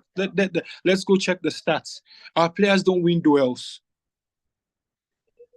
So, and then when we were talking about, there's not something that is important in football. It's easy.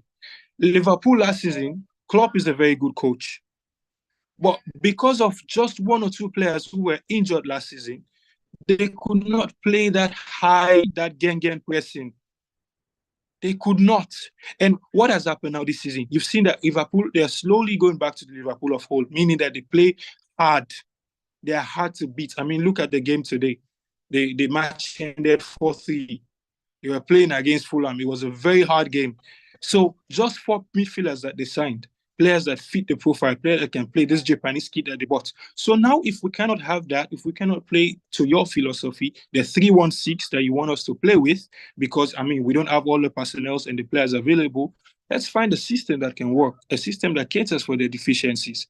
And then getting players, I mean, so for me, that's everything now at this point. I just hope that it changes. And then also for success, even if Ten Hag changes the system now and then gets something that works, it's not going to be sustainable in the long term because we need players, we need quality players. That is where the board and the owners come in. That is why they're coming out to say, okay, well, this we've been able to, make the most out of this season. So in the long term, if we want to compete with the best, we want to compete with the Arsenals, the Man Cities, and let's bring in more quality, let's bring in more players. And then you take the recruitment off the manager's hands. You bring in a sporting director, someone who can identify, whose job is to identify talent from across the world, and then brings this talent to the manager's notice. Say this player, this is their quality, this is their strength, these are their weaknesses, these are what they're good at, this is what they can play, they're suitable for your system. And then you get those players for the manager, and then you build a team around the players. And then that's when you're able to have success for the long term. The only good thing that I'm happy about, one of the good things I'm happy about for this season, we've moved away from signing old players. So now we're recruiting younger players. It means, Rasmus Højlund is 20. So if all things go well, he's going to be at United playing for the next 10 years. So even with Kobe Manu now is 18. Anthony as well is 23, 22. So even though, yes, Anthony, he has, his weaknesses, people can criticize him for the things that he's not good at. But you can see that there are small signs. You can see small progress. There are small wins. So I just hope that we're able to salvage this season, and then Ten Hag and his team, they're able to find something that works. And then the other thing that Shepard spoke about, managers are always going to make tweaks to their systems, their tactics. It's football. If you've played chess, you would understand this. You're always going to make tweaks. You're always going to make adjustments, like tiny adjustments here and there. We were talking in the group the other day. Me and Dave were having a discussion whilst we were watching Liverpool Man City. Pep Guardiola changed the system last season. So he's now playing the system that he was playing before. Never allows these feathers to be ruffled. That you're going to make your tweaks. And the team. So now, we just have to be patient.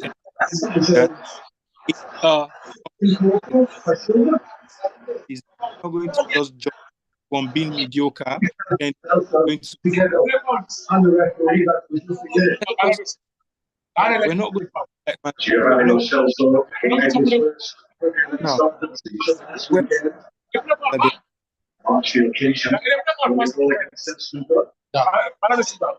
Well, thank you.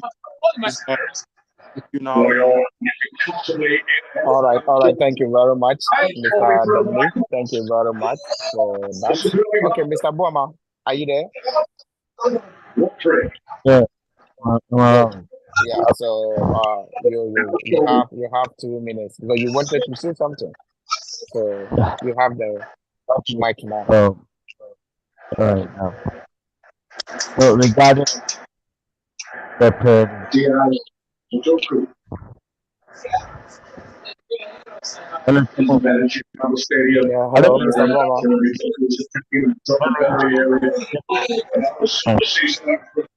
Mr. Boma, so much noise yes, from your end. it's not from my background. It's not from my background, but Shepherd has his mic on. Okay. Shepherd mic is not muted, so please, you're on the line now. Okay. All right. So regarding what they were talking about, um, the prayer of Man United is my concept. The prayer of Man United has come like more than a decade, and we cannot just face it now. Most often, we've attributed the problem to managers and also players and what have you. Like, but I think the right thing must be done, and the right thing has to do with one, that we are United board having an identity, having a structure system that we want to play. So if you look at Liverpool, we know Liverpool from 20 years back that they were all about pressing. It has been Liverpool's identity, and that from 2012 coming, they built upon the pressing where they had Brendan Rodgers, and now they have Klopp doing the same thing. If you look at Man City changed their identity around 2008, where they hired people that can play the tiki taka and also like the Johan Cruyff system, and that has come to be, where they've employed Pep Guardiola. So Manchester United, if you look at our system, our DNA, everything has changed, and this will change once we had the Glazers coming in to own Manchester United. I'm not saying that it is wrong when you change identity, but since Glazers came on board, what the identity that they want Manchester United to play, what structure, what system that they want Manchester United to be known for. It is time that they define a certain system that they want Manchester United to be known for. And I think once you define your system, once you define how you want to be known for, you sign players, you hire managers as to a system that you want to play, and that we stop blaming players, we stop blaming Eric Tehan. Now we talk about Eric Tehan's system, and I must say, and I'm repeating what I said earlier on, for you to let your system be known, for you to win trophies, you need more than 11 players to do that. You need about 22 players because you have people injuries, you have players that you need to do rotation because of the matches that you'll be playing. Now you look at the players that Tehan inherited. If you look at those that they can fit his system, are less than let me even give this number. They are less than 10. They are less than 10. So should you have 4 players injured? That means that you have lesser than players that can implement the manager's strategy or structure into being. Now you go in and you want to change. You look at the bench and it's like these players that I'm bringing on means I have to change whatever system that I'm playing. I have to change whatever that I want to play and bring get a new structure, a new system in terms of the match in the match going on. Now these things sometimes make the manager delays in his substitution. Let's say you are playing again, you have Amrabat and Kubimeno as your 2-6 holding, right? And you want to change it. You look at the bench, you have McTominay. McTominay cannot do what Amrabat or Kubimeno is going to do. But you need to just have a tweak to your system because you need a player because you are tight. You need a player in there. And this is why sometimes we think the manager is making mistakes, he normally delays in the changes.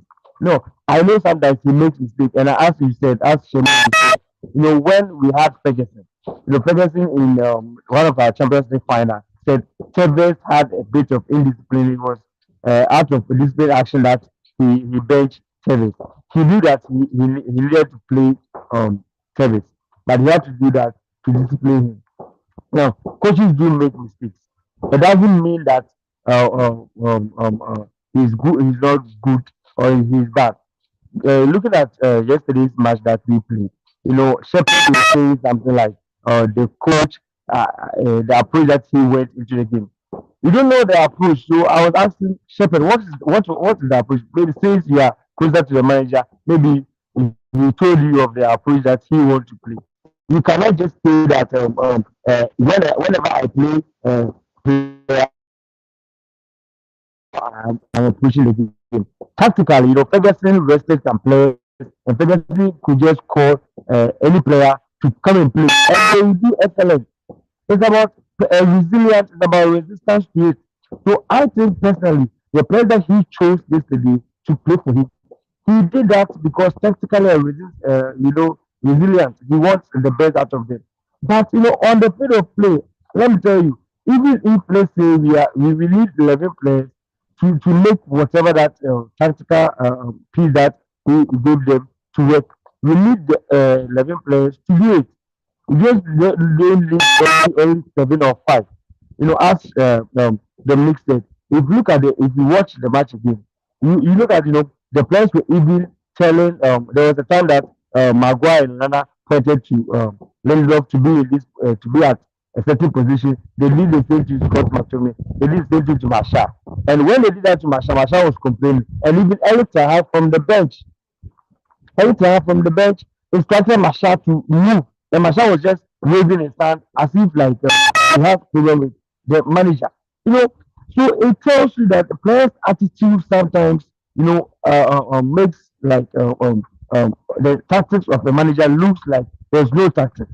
I don't think manager will just take a player A, player B, player C into to a match and tell you that I don't have a tactic that I want to play. It's about delivery on the pitch. It's about delivery on the pitch. Now, Dominic said that the manager started the approach that Tehang went to the game was high balls. We all saw that, when he was building up. The build-up play to high balls, long balls was very superb. But the players, were they going?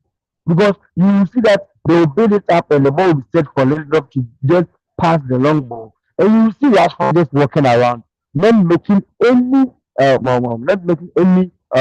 say, pass move to whatever that he wants to play. And you saw that with Marshall. So sometimes I don't want to blame the coach because the coach just on paper has shown you A, B, C, D, move to this direction and move to that direction. On the field of play, sometimes it takes the players to analyze how the teams, maybe the opponents are playing to change things. I can remember in one of his interviews said that there was a match that he was paired with Fletcher and they were playing better and Ferguson had to change Fletcher for Carrick. When Carrick came on, the opponents were started attacking. I think it was Man United against Tottenham. The game was the opponent was attacking Manchester United. What he postponed video was like, Carrick, I know you can just control the game from middle. I'll be moving into the opening stages, and that's helped. With that strategy that they have, it didn't include Ferguson coming on to tell you do A, B, C, but the players did it, and it worked. It's more like being in the classroom. Teacher can't teach you A, B, C, D. Application has to do with you as a player. And mind you, these players, they're not playing just for the coach. They're not playing just for themselves. They're not playing just for themselves. They're playing for a whole fan base, the whole world. They are paid for the job. And listen, you need to utilize, you need to do whatever that you have.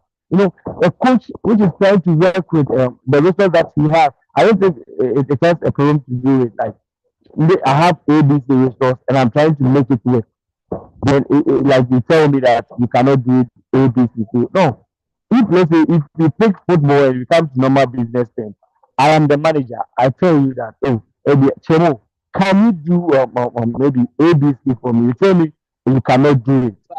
What I say is, okay, since you cannot do it, that means I have to employ someone or I have to teach you. If continuously I teach you over and over for more than a quarter or 2 quarters, and you cannot stay with it, that means that I have to employ someone better who can do it. This is what is happening, and this is what is happening to our team. The manager has made known of the strategy that he wants United to play. But what are we doing? It seems the players are not buying into it, and as the mixed it, this has been the process. It's a recurring process from the Moyes time up to now. It is time that we should stop blaming. I know managers do have problems and things, but it's the learning curve. They learn from whatever result that they do have, and that's why he said that he would just talk to his players during the post-match conference. Players will come, but we've attributed most of the problems to managerial, and we've changed managers for more than 5 good times. Why don't we look at different aspects? Why don't we look at different aspects? As I said, we've done wrong investment. If you look at the number of players that we've signed since previous era, we are more than 30 players. I can tell you.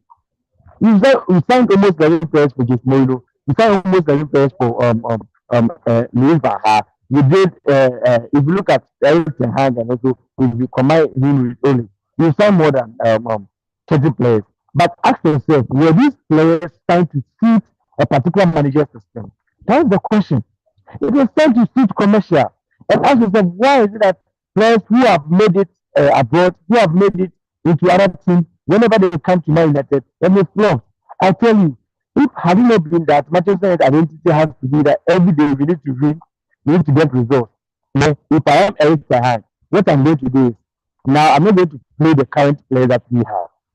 I'm going to rely on the academy, because the academy, they're up and coming. And when you teach them ABC, they'll pick more than the players that we have now. So in one of the, I think yesterday, Postcoach made a comment about Bruno Fernandes being at everywhere. But he doesn't know whether it is tactical point of view, or doesn't know whether it's because the players are not moving into shape. These players, they are creating players for themselves. And that when Bruno goes to Portugal, he'll just he'll stick to his position, and that he'll get delivery. He delivers everything that the manager tells him. But whenever he comes to Man United, if I have to be at the left wing, and if I see Martial not moving, I have to move in to support. Ask yourself, what are the KPIs of these players? Do they even have KPIs? Who audits them? Who tells them that you are wrong because you are wrong? You are going to do ABC. You just Pep Guardiola, when you are wrong, he punishes you, or he just buy players. He will flood you. When he bought Bravo, and he said Bravo was a mistake. He changed Bravo. He went in for another person. It doesn't mean that because he bought you, you need to just do whatever that you want. Whatever that you do has to be with, in principle, it has to be of the vision and the mission of the club. So what I'm trying to say now is that I don't need most people to say that Eric Ten Hag is at fault. No, I understand that yes, if you attribute the problem, you can attribute maybe 10%.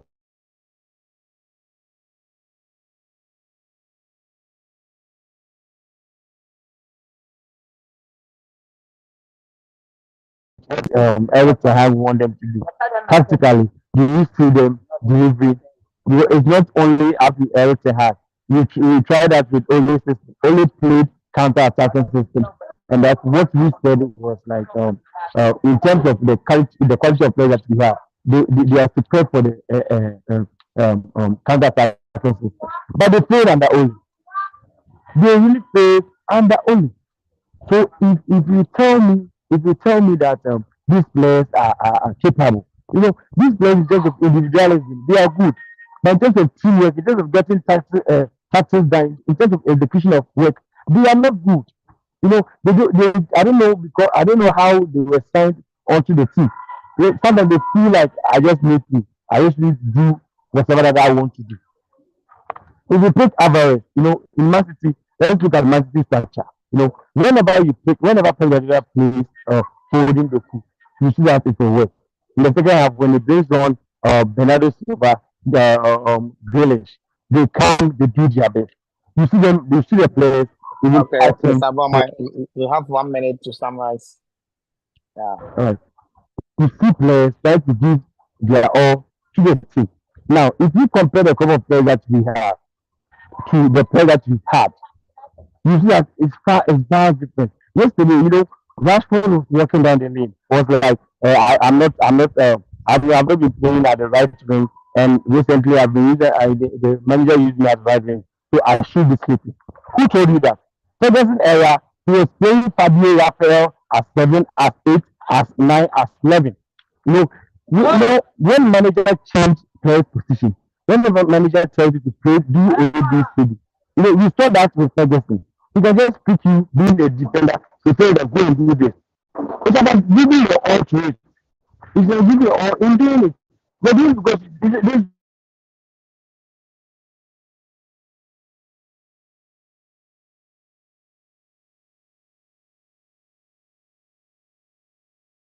for you. You have millions of people. They are dependent on what the outcome of whatever that.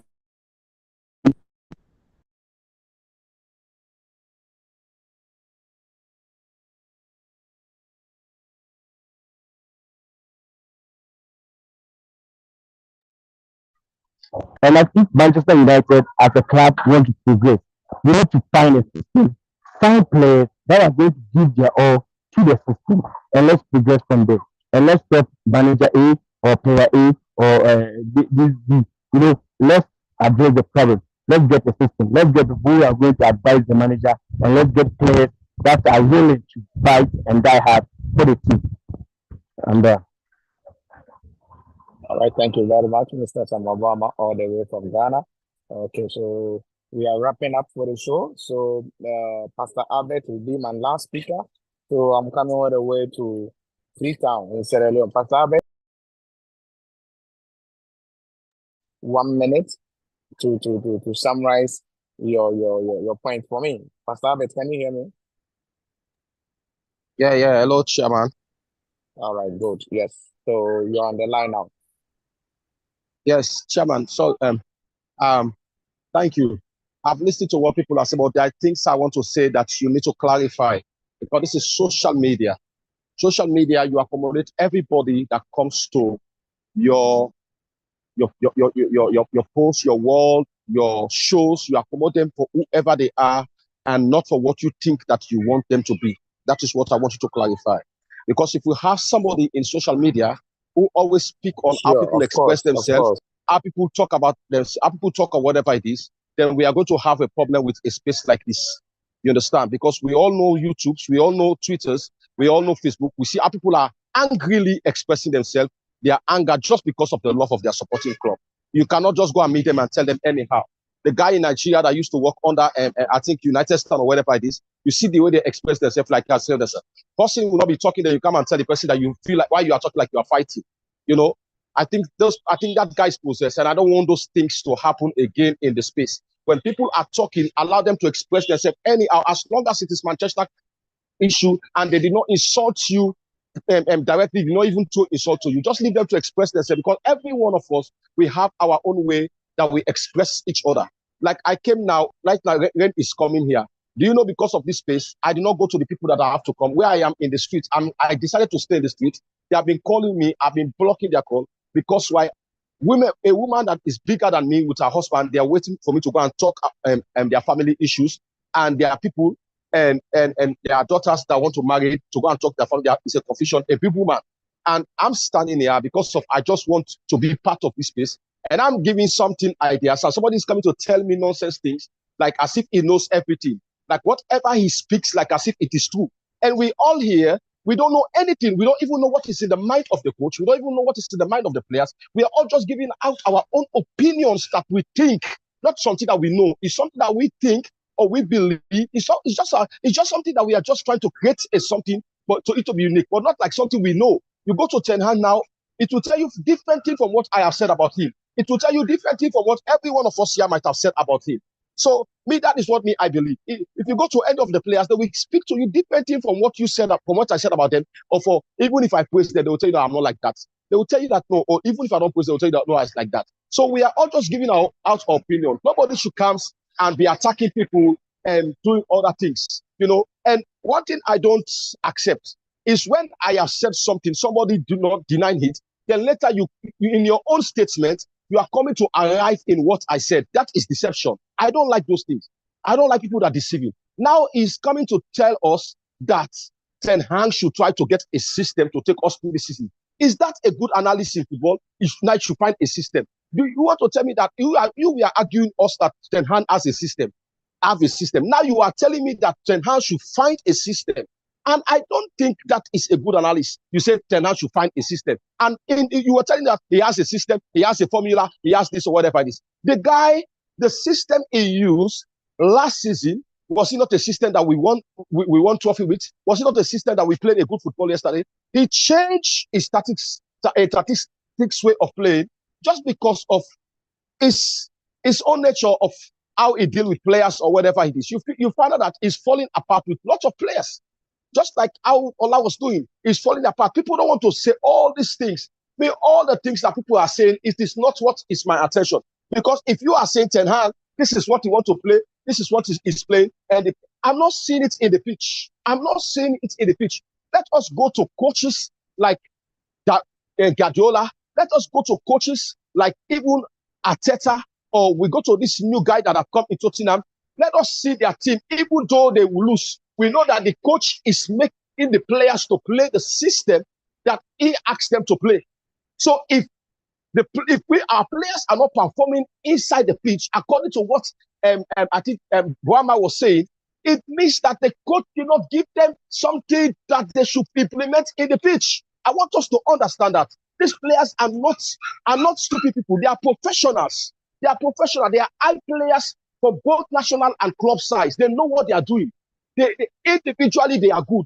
Not like they are bad players. People are not putting blame on this because why? They don't want to see the blame of the coach or whatever it is. Like I said, I don't say Ten Hag is not a good coach. I don't say Ten Hag is not a good coach.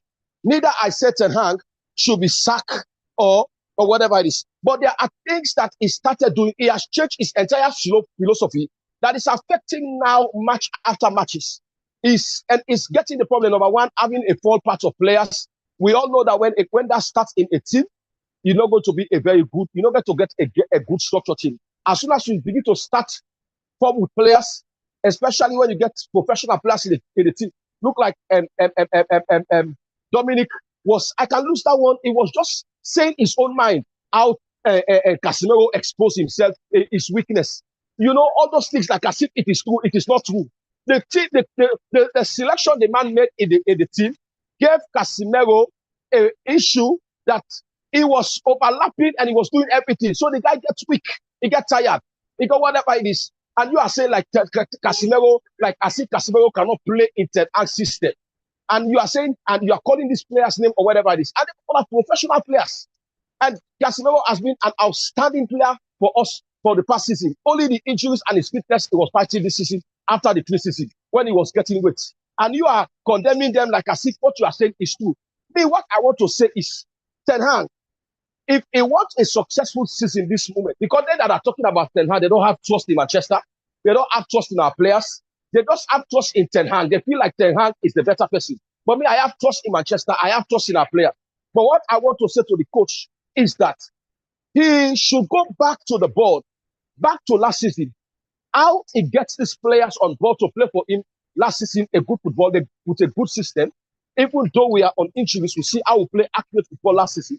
Then he can come back and bring that same system, and we continue to use it and get a successful. We in this season we are right now. We are not down not to say we are not going to win couple. No, it is just because of the mentality of the coaching system and maybe the players themselves that is playing with. That we just in that house. But we have the right, we have the team to play, because last season when he win trophy with us, we were not having this quality of players, some of this quality of players that we have. He was not having a natural striker. He was not having. It's where Gosler was trying there, he was not scoring. But we won trophy. We went to the FA Cup final and we do some lot of things. So me, I'm not having a problem, but I'm trying to say the fault for the loss against Newcastle match was the coach. Even in the Dominic, he said it yesterday in the group that this is upon Ten Hag. Ten Hag make a big mistake yesterday in the match. And today he's coming here to change his tone. You know, I don't like people that are trying. I'm not going to have a problem with that because everybody try to see, to deceive so that people can accept them, like say this is true or whatever. I don't have a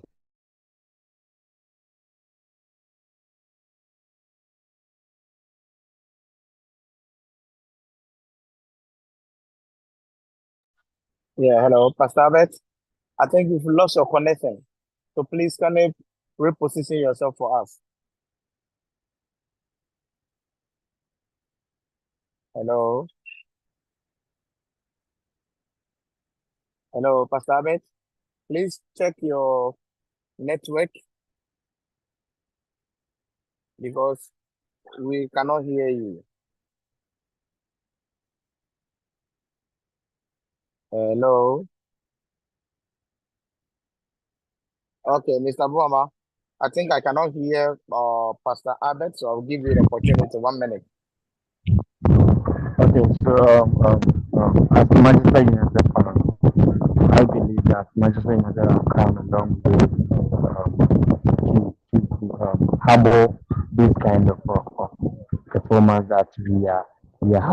You know, it is time that we need not to just assess based on the managerial aspect or based on the players aspect. Let's say we've tried and tested some of these managers, some of these players, and it's not working. It's time that we look beyond the manager and the players and also look at what it is contributing, what has been a factor to our performance recently post-Ferguson era. Now, I was looking at ever since Ferguson, ever since Glazers took Manchester United, and that's where I realized that the system, Manchester United lost its identity when Glazers took over from the previous owners. Now they came in with commercial mind. You know, when you come in, what you want is all about money. You create problem for the club. And that these problems that we are facing, someone said that started when Ferguson dropped it's not that. It started even before Ferguson dropped. If you go back to 2010, you realize that people started blaming Glazers.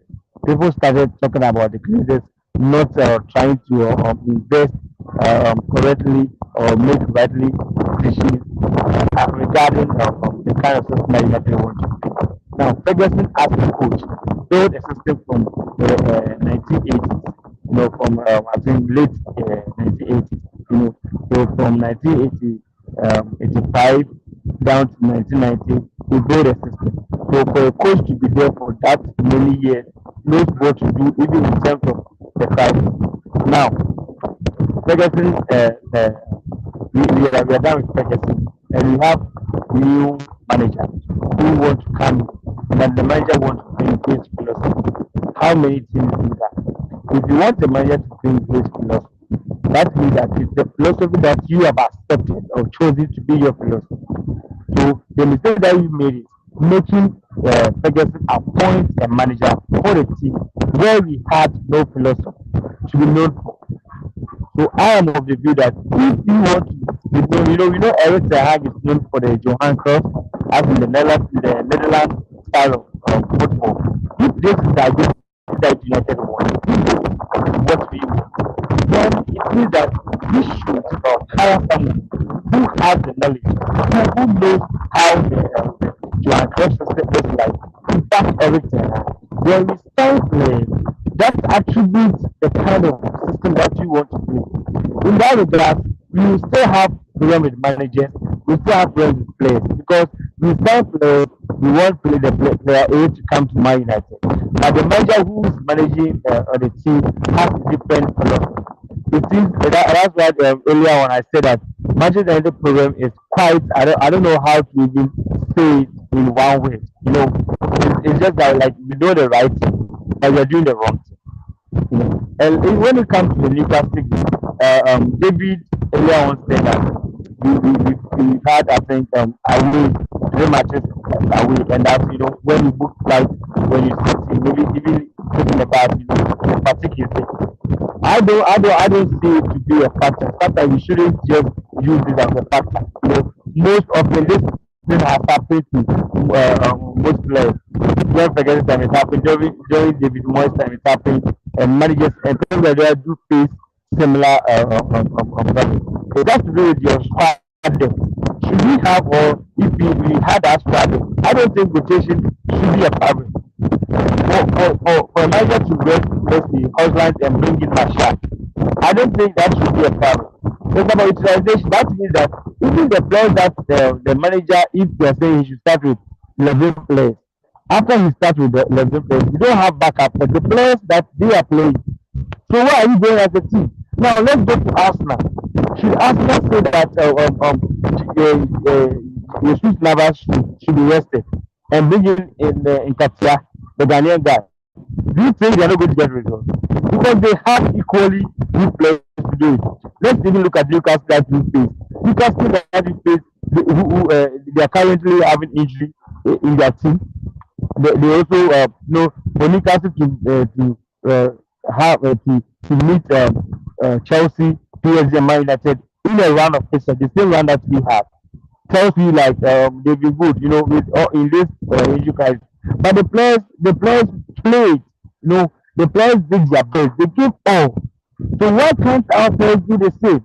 Newcastle for I think 3 consecutive times has repeated the manager has played the same lineup. We don't have even a bench, but they did give their all. The Manchester United were able to even space between Marshall and Hojlund and also other players. But what happened? So you tell me that in these 3 rounds of matches, your players couldn't utilize their strength to that of the because they had the same 3 rounds of matches. They played the Champions League. They played PS. That's a tough match for them to play against Chelsea and come and play against you. You can't Newcastle of that cannot even stand up to this team. And for them to even go out there, do their best, tells you that players count in terms of how your tactics work.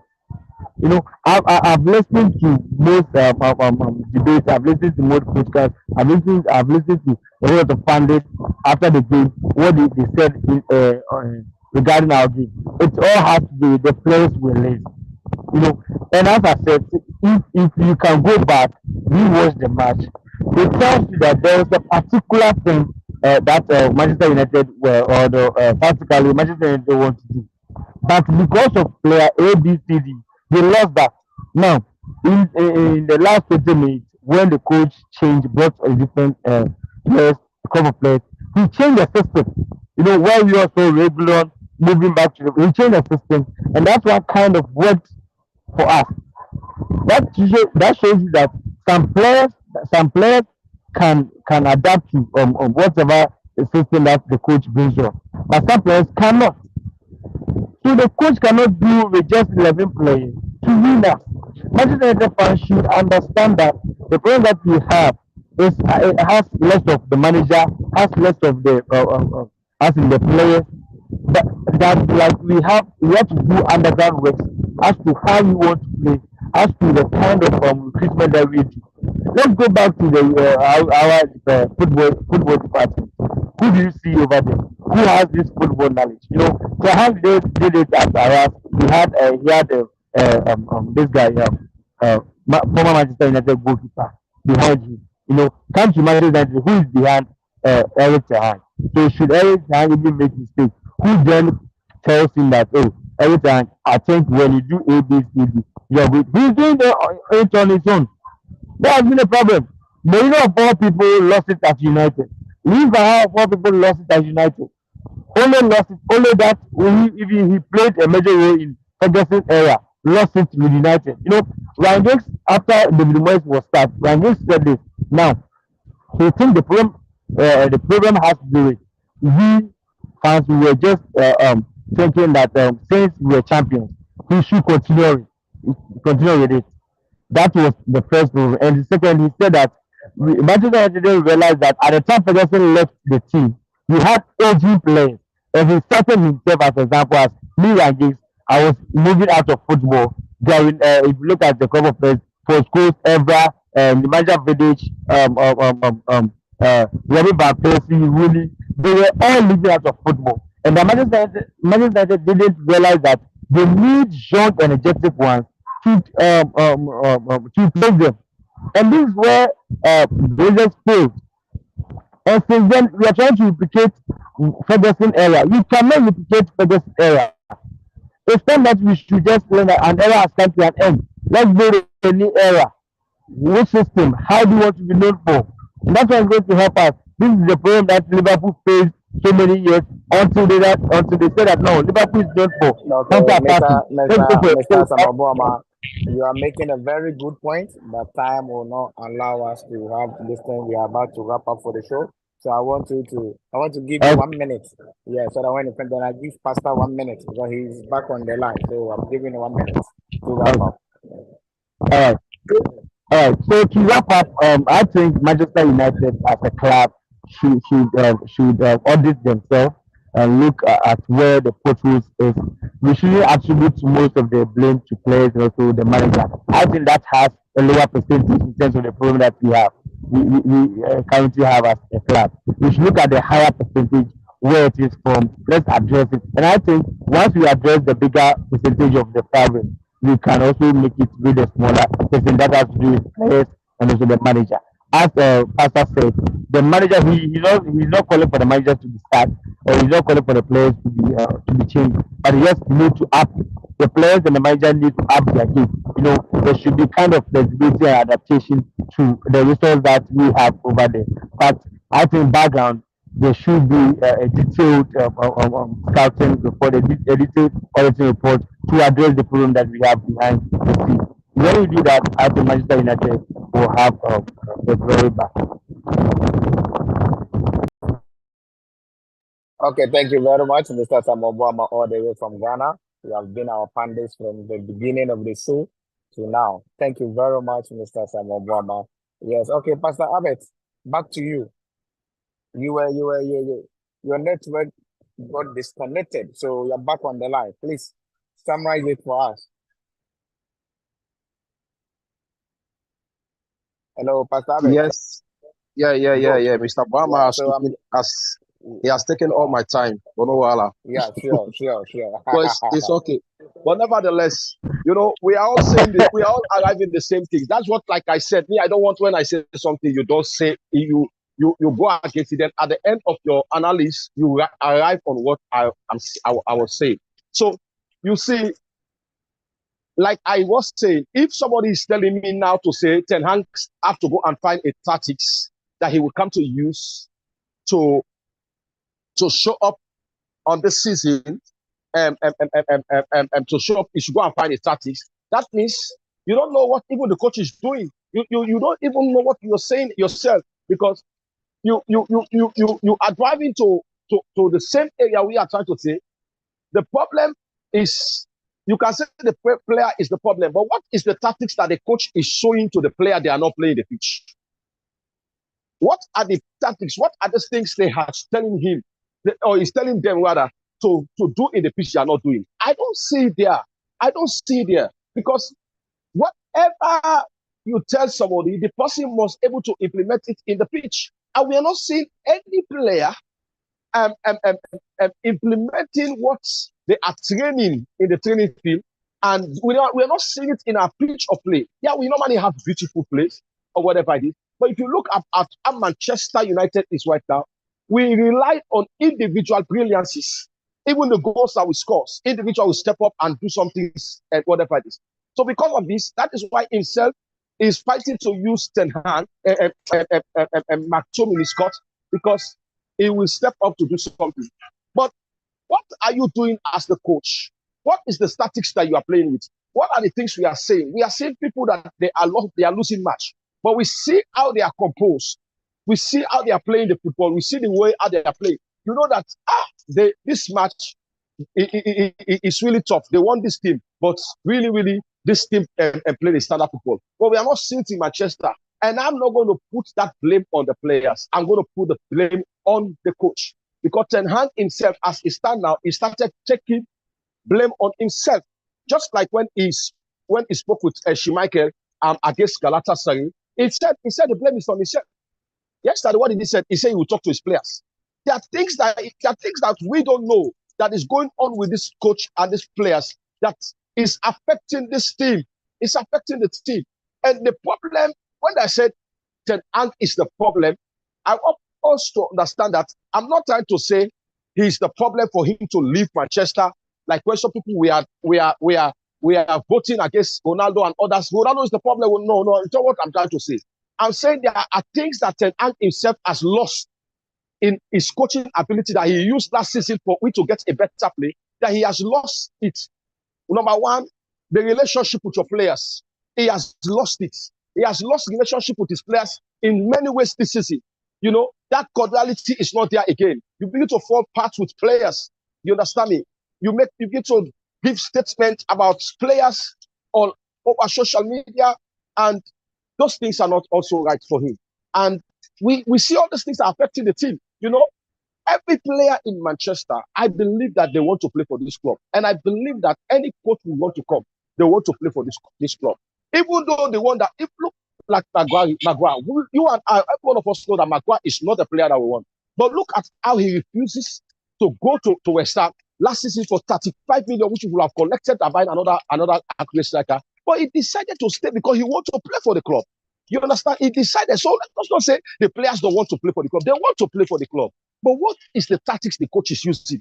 These tactics that you people are giving us, Boama, because right now in this space that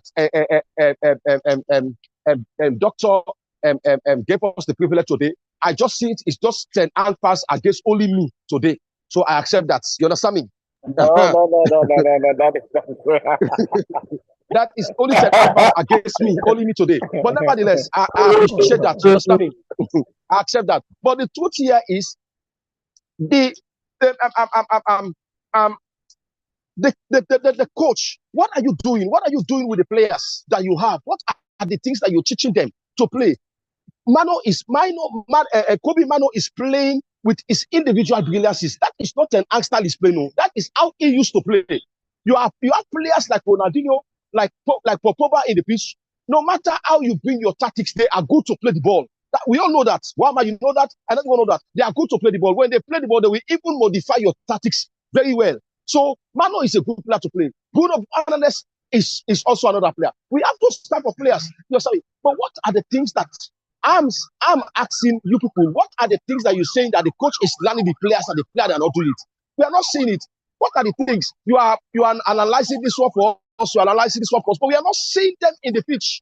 I'm not seeing them in the pitch. Many of you that are supporting Ten Hag, all the things that you are explaining, we are not seeing them since he started playing for Manchester. We are not seeing this thing happening. Oh, you want to play 60, you want to play this, you want to play this. We all know these things. We all can study with all these things. But there are things that I see that this man is failing, that is not helping the team to move ahead, that will not help him also to go in Manchester. Me, I don't want him to stay. Last time when I make a statement, I gave a clarification in all areas why a player like a coach like Ten Hag will not be sacked now, because why Manchester United as a club of whole, they are not in the process of sacking a coach. They are in the process of this percentage of taking over and put the club into a structure.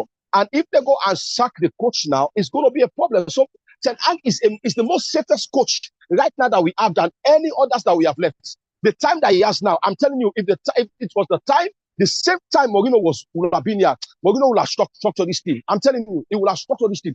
Van Gaal would have structured this team. So he has every good time right now because the whole management of Manchester is not in the eye of sacking coach. Because everyone knows that if the Glazers say they are going to sack Ten Hag, then the whole world is going to come against them. You have sacked this, you have sacked this, you have sacked that, and the team is not working. You are the problem, whatever it is. So they are not accepting that. They are bringing somebody inside there that will come now with their own opinion. That is why Ten Hag needs to be technically understood. Now they are bringing someone inside that will be coming with his own opinion.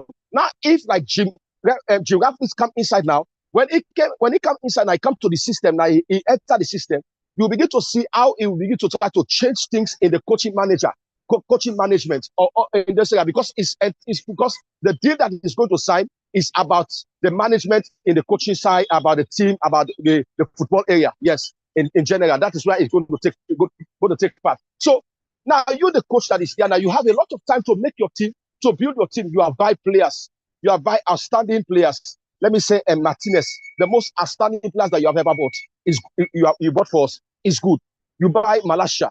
Malasha could not bench. He could not bench Dalot. He could not bench Luke Shaw. You know, he could not bench. We have to go and bring back Regulon back. And even if he comes from injury, like I said the last time, what is he going to have place in the first 11? No, it's not going to have place because you say you bought him, he knows your system, but he's not playing with that system. You bring in another players.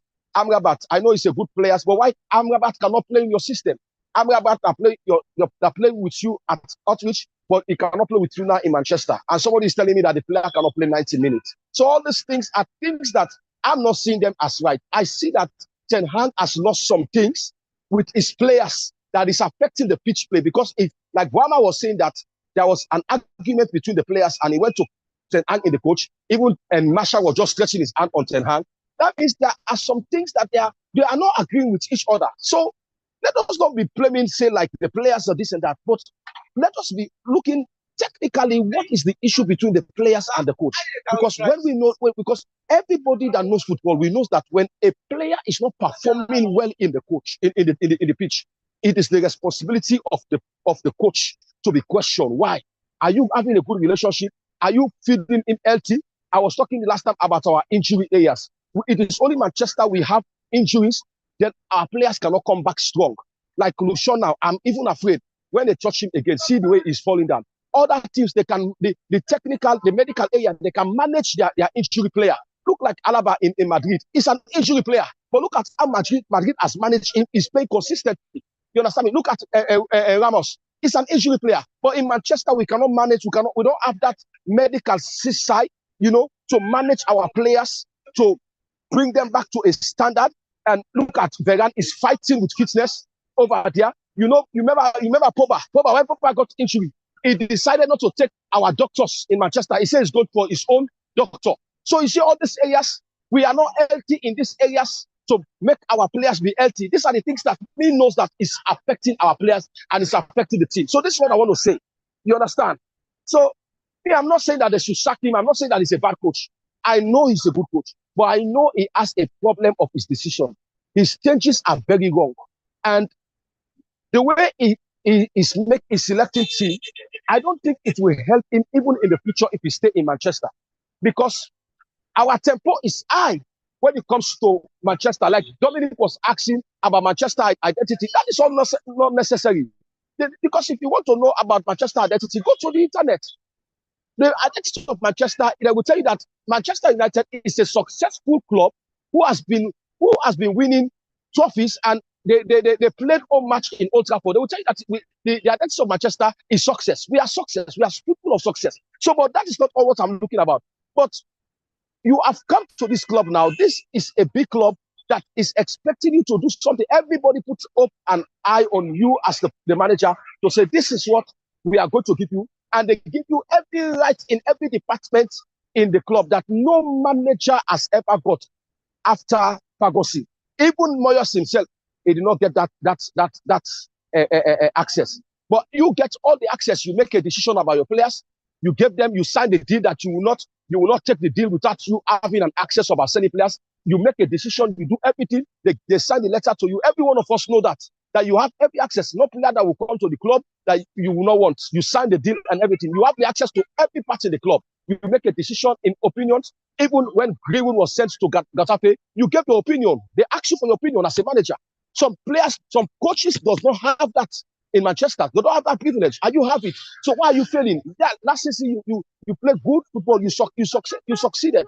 You understand? You succeeded. Anybody that say you not succeeded, you did not succeed last season. The person does not watch football. But last season you succeeded. Why can't you use the same player again to succeed? Because you want to change them. You want to change them to what they don't want. These are players. Today players, we are not like yesterday players. People are saying, "Oh, you remember that player here?" Remember? No, these are players. You are paying people. Okay, let's just say even a month, 350,000 euros. Just think about that. A month, a player. You just think about that. You are playing player 290,000. Okay, let us take it a weekly, but a month they collect their salaries 4 times in a month. You pay that. Just calculate it. how many times? That player still did of himself. So you that come to coach that player, you need to understand how you go to coach that player. I'm telling you, my brothers, I'm telling you, there are things that we are failing to see. Forget about all the tactics. It is there, but we are not seeing it in the pitch. But there are things that are happening in the team, the club, and the management. When you go to real source, they will tell you that there is a big problem inside the dressing room with Ten Hag and the players, and they are not agreeing with each other. So when it comes to the pitch, they are not doing it. Look at when we score against Everton. We score goals, but we do not play good football actually, or whatever it is. You don't see the players or whatever it is. So you see, so there are things that I think that the coach need to solve. He need to go to the drawing board. What makes me succeed last year? What makes me to succeed in Ajax? What will make me to succeed in this year and be a famous coach again for Manchester United? Is it my players? What is the relationship I have with my players? If you cannot manage what you have, even the Bible says, if you cannot manage what you have presently, you cannot manage what you are expecting to receive. You have to manage what you have. Bring the best out of these players. Our academy players are not spoiled. We all know Manchester United in Europe, we produced a best academy player just like Ajax and Barcelona. We are among the 5 clubs that produce best academy player. Nobody could tell me, say, Rashford is not a player that Pep Guardiola will not want. That is not a true statement. Let us be realistic to each other. Guardiola will sit down, he will talk about who Rashford is, how he wants Rashford in his team. And people say, Guardiola will not take Rashford. Who can tell you that? Rashford, that Man City has been fighting from when he was 12 years old. They want him, and you say Manchester, this one, that's that. You know, people are just making comments on their own opinions. We accept that, but these are not truth things. Let us say reality. What are the relationship between the coach and the players? What is it telling them to do that they don't want to do? What is he telling them to do that they want to do? What is the things? How is he selecting his team? Is he selecting teams right?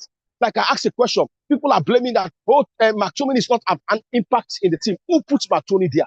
It is Ten Hag. Why did he put it there? Because he believes on the player. But if you, as a fan, you condemn McTominay, then it's also a reason for you to condemn the coach, because it is the coach that places him there.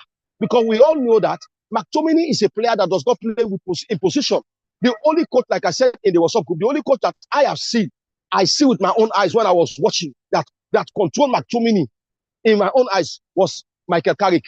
But when he was playing, Michael Carrick would stand, would tell him that stay. Don't cross this line. I was seeing him making his line like this. So in Michael Carrick, three games that he managed with us, we saw that he played them with a staple and a standard midfield setup. Even though they were not professionals, but the midfield setup was stable. And this is not there. We all know McTominay. McTominay does not. Mourinho failed because of these things. He used McTominay in that area, and McTominay cannot stay in position. It's very hard to track back. Whenever they hold the ball, it's just forcing to go ahead to position himself so that he can score. And football does not play like that. I'm happy if he scores goals, but I'm not happy the way he plays. That is not how you should play. You should be positioned, and even though you are going out of position, you should be conscious to communicate to somebody else who is behind your position. That is football. But we don't have communication in the pitch. Sensitivity is lack. Look like I was analyzing the match against Copenhagen to somebody that we are discussing, my friend. I was analyzing it and I was showing him the video. I said, you see how they take block us? Because while we lack sensitivity, we don't have that sensitivity. The coach himself is not seeing. You are seeing that these people are forcing one side. You, the coach, can't you read? In those things that does not happen to Guardiola easily like that. Because Guardiola is somebody, if he sees that his opponent is using one wing, he knows that they are not going to use that wing to score, but they are using that wing to pressurize his team so that they can get another wing to be open. But Ten Hag did not read all the game. Look at all the 3 goals that came for us. They all came from Dalot areas. But where the ball came from was from Wan-Bissaka side. From Wan-Bissaka side. They used Wan-Bissaka side to pressurize that side so that Maguire and Dalot, who they knew that behind there, they could not be sensitive to know what is happening. Their all focus will be on Wan-Bissaka side to protect that side. So that we are just flushing the ball coming down to Dalot, where we get those 2 opening goals. You see nobody standing there. But it takes a technical coach to read all these things in the pitch when games are playing. when you see Guardiola or Ferguson stand, you see their opponents are playing some certain football, you will know that they are after something. They are building something. You know, you play that game, Galatasaray, you have Anibal who can chase well and can destabilize in your opponent formation. But you sub in the pitch, you have to bring Marshall. Marshall, if you don't start Marshall, you don't bring him in. We all know that one. You don't start him, you don't bring him. You have to bring Marshall who cannot press. You are winning the game 3-1. What you need to know that your opponent is doing, they are now trying to plan something. So they are now trying to plan something so that to eat back at you. So what you need to do now at that moment of time is to bring somebody who will destabilize their plan. You don't have Casemiro in the pitch. You have to bring Marshall. So these are the things. All I'm saying that he is faulty. Technically, he's losing something because why his relationship with his players it's not getting it right. And when you don't get it right with our workers, with the people that are working with us, it is very difficult for you to think rightly. Let us understand this. So that is what I want to say here. And I want to say thank you, Chairman, for the privilege. I will love this Zoom space to be continued over and over. Whoever can join us, whether 2 or 3, we can be continuing it. And I believe that we'll be arriving somewhere else. I really appreciate it, no matter the time that we have spent.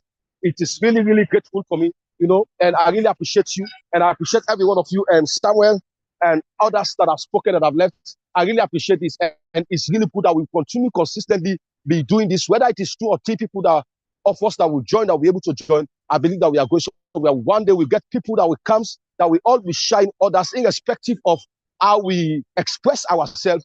We will all try to come to one understanding. So I thank you so much, and I love you all. Thank you, guys. Yeah. All right, thank you very much, Pastor Albert, all the way from Sierra Leone, Freetown, and Master Samuel Boama, also from Ghana.